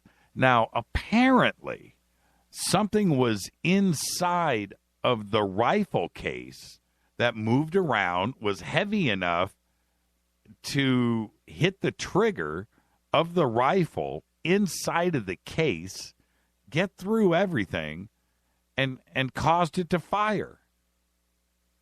Shot her in a closet. It's a bizarre situation. Now, for me, now, I like Randy Meisner, and, talented guy. Okay, I do. But about a year ago, there was, he got into some trouble with a murder-suicide pact idea that had arisen. And that, look, I'm not suggesting anything. I'm just saying something strange happened yesterday at 7 p.m. And I don't know what could be inside of a case that could work its way around and be heavy enough and get itself inside of the trigger guard, and the rifle's ready to fire. It's cocked. It's ready. It's something strange. But for them, they said that Randy was completely cooperative at the scene. No charges have been filed. Everything is clean. And that's how it went down. It's a very, very, very strange and sad story that went down here yesterday in Hollywood, North Hollywood. A rare 2,500-year-old seal bearing the name of an exceptional woman has been discovered in Jerusalem, the Israeli Antiquities Authority announced today. If you haven't seen this, you can go over to our Facebook page and check out the pictures. Just go to Jimmy Church Radio on Facebook and check this out. And you should like the page, too, as well, and you'll get these notifications when we release them. But check out the seal. It's crazy. Hold on for a second. Okay, let me do that. And just stay right there, caller. I'll be right to you. It was found in an ancient building in the city of David in Jerusalem Walls National Park. The seal dates back to the era of the First Temple, which, according to the Hebrew Bible, was constructed by King Solomon in the 10th century BC, then destroyed 400 years later.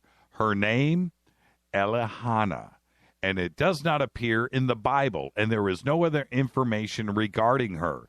But the fact that she owned a seal shows her high social and legal status, which allowed her to conduct business and possess property. Go check out the seal right now on our Facebook page. Hi, you're live on Fade to Black. Who's calling? Hey, how you doing? My name's Benny. How are you, Benny? I'm good. I'm calling from Gloucester, New Jersey. And I was just listening to the show, listening to Mark. He's such a, good guy. He's got so much information. But I missed the beginning of the show, and I'm not sure if you guys talked about the whole chemtrail conspiracy. No, we didn't. We didn't go there. It's funny because I was talking about chemtrails at the beginning of the show today because it's now rained for the last 3 days here in Los Angeles. As we all know, it never rains in Southern California, right? Yeah.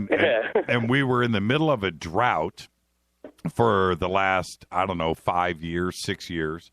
And we were at DEFCON 5 levels here. All of the reservoirs have dried up, and we were really heading for something really, really bad. And then all of a sudden, our drought is over, right? We've had nothing but rain, rain, rain. And I had said at the beginning of the show, apparently those chemtrails are working over Los Angeles because we have had a ton of rain. We had hail this morning here in Southern California. Trust me, that happens about once every 10 years. Yeah, I can imagine. So, well, let me throw it back at you. What do you think they're doing with chemtrails? I think this is what I think. I think it's weather manipulation. That's what I honestly think. Yes, me too. And that's exactly what I was thinking. Because now, if they're making it rain now, so I think it just really depends on whatever they're putting in the spray. You know, when you hear about science, you know there's scientists out there practicing science. You know, so they're trying to figure out what we can do. But my honest opinion is it is weather modification, 100%. Yeah, what the rumors about these different heavy metals and light metals and chemicals that are being distributed for, and I've read all kinds of different theories. One of them was to tag each and every human being that's exposed to it so that they could turn around and monitor movement, right? Yeah. So they could see, like watching a herd of cattle, working their way around so they could see the movement of humans. Well, okay, all right. It's a good movie. It's a fascinating thing to think about and contemplate, and it's fun. But I'm not so sure about that. And I'm not. Do you remember in X-Files when they said that it was a virus that was being sprayed out to control humanity? That's also interesting. Is it possible? Would they do that? Is something that crazy possible? Sure, anything is possible. Absolutely. But I think something as simple as one of the if you can control the weather, you can control a lot of things. And you can control almost anything. You can control countries. Absolutely. And that is something. Why would they, and this is where it gets crazy.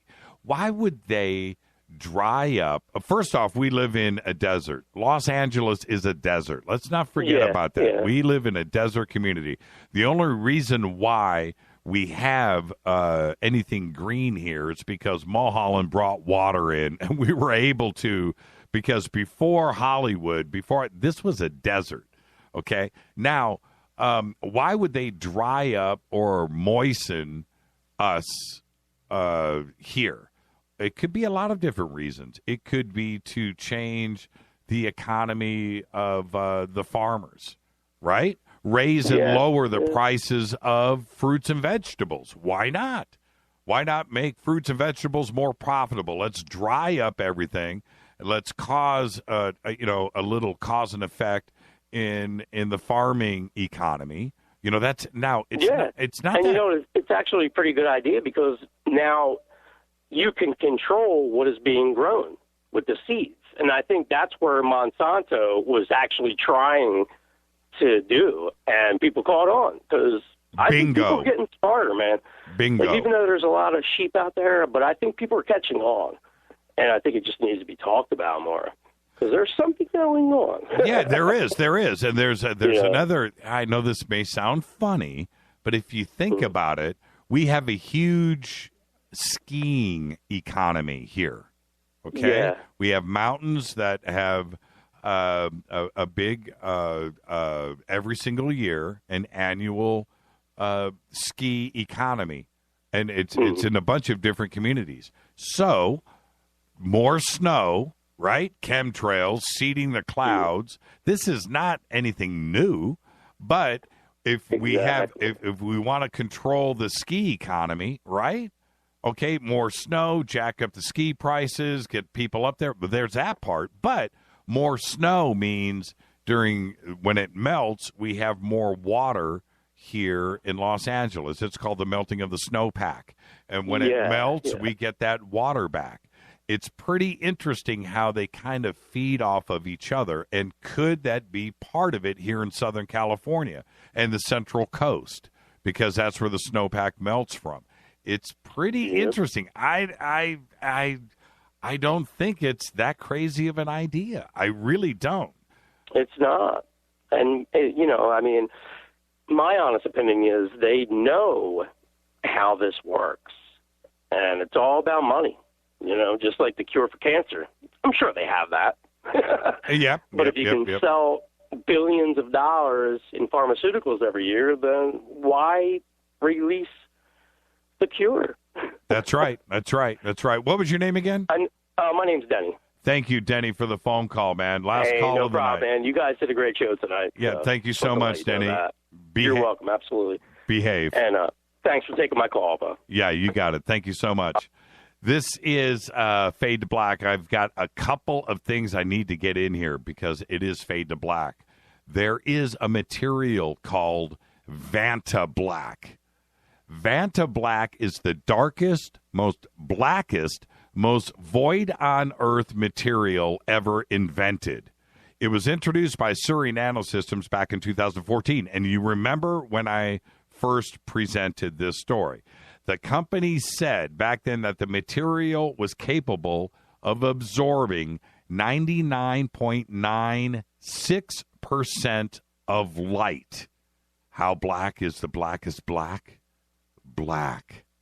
And if that wasn't dark enough, the company announced today that they've made Vanta Black even darker. Right? 99.96%. How much darker? They don't even know because it's so black that even spectrometers can't measure it. Reminds me of that famous line in Spinal Tap. How black is black? How much more black can black get? The answer is none more black, and it's called Vanta Black. You can check that out, too, on our Facebook page. After 7 years, it happened. After 7 years, Mercedes-Benz and Tesla Motors are parting ways. Yes, the German automaker will go at it alone in developing the next generation B-Class electric drive. It's fully electric, $42,000 compact 5-door hatchback. Daimler invested $550 million in Tesla, a 10% stake in the startup. Daimler sold nearly half of those shares back in 2014. Now, Tesla should be okay. Their Model 3 sedan, priced at around $35,000. That's after, the U.S. federal green car initiative kicks in. But $35,000. It comes out next year, and it's going to crank out over 200 miles per charge. The Model S looks great, or the Model 3 looks great. Model S is too much money. The Model 3 looks great. How luxurious it's going to be, I don't know. But $35,000 and 200 miles per charge, is it going to be enough to save Tesla? We shall see. I got to thank Mark Dice for an absolute unbelievable show tonight.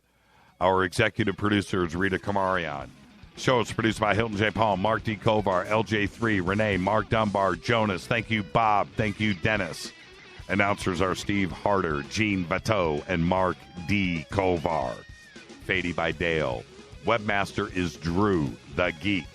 Music, Doug Aldrich. Intro, Spaceboy, spaceboymusic.com. Fade to Black is produced by KJCR for the Game Changer Network. Syndication is KGRA The Planet. Tomorrow night, Nick Redfern right here on Fade to Black. Thank you, Mark Dice. Absolutely great show tonight. This broadcast is owned and copyrighted 2016 by Fade to Black and the Game Changer Network. It cannot be rebroadcast, downloaded, copied, or used anywhere in the known universe without written permission from Fade to Black or the Game Changer Network. I'm your host, Jimmy Church. Follow me on Twitter right now at JChurchRadio. I want everybody to be safe. Go Beckley Tepe.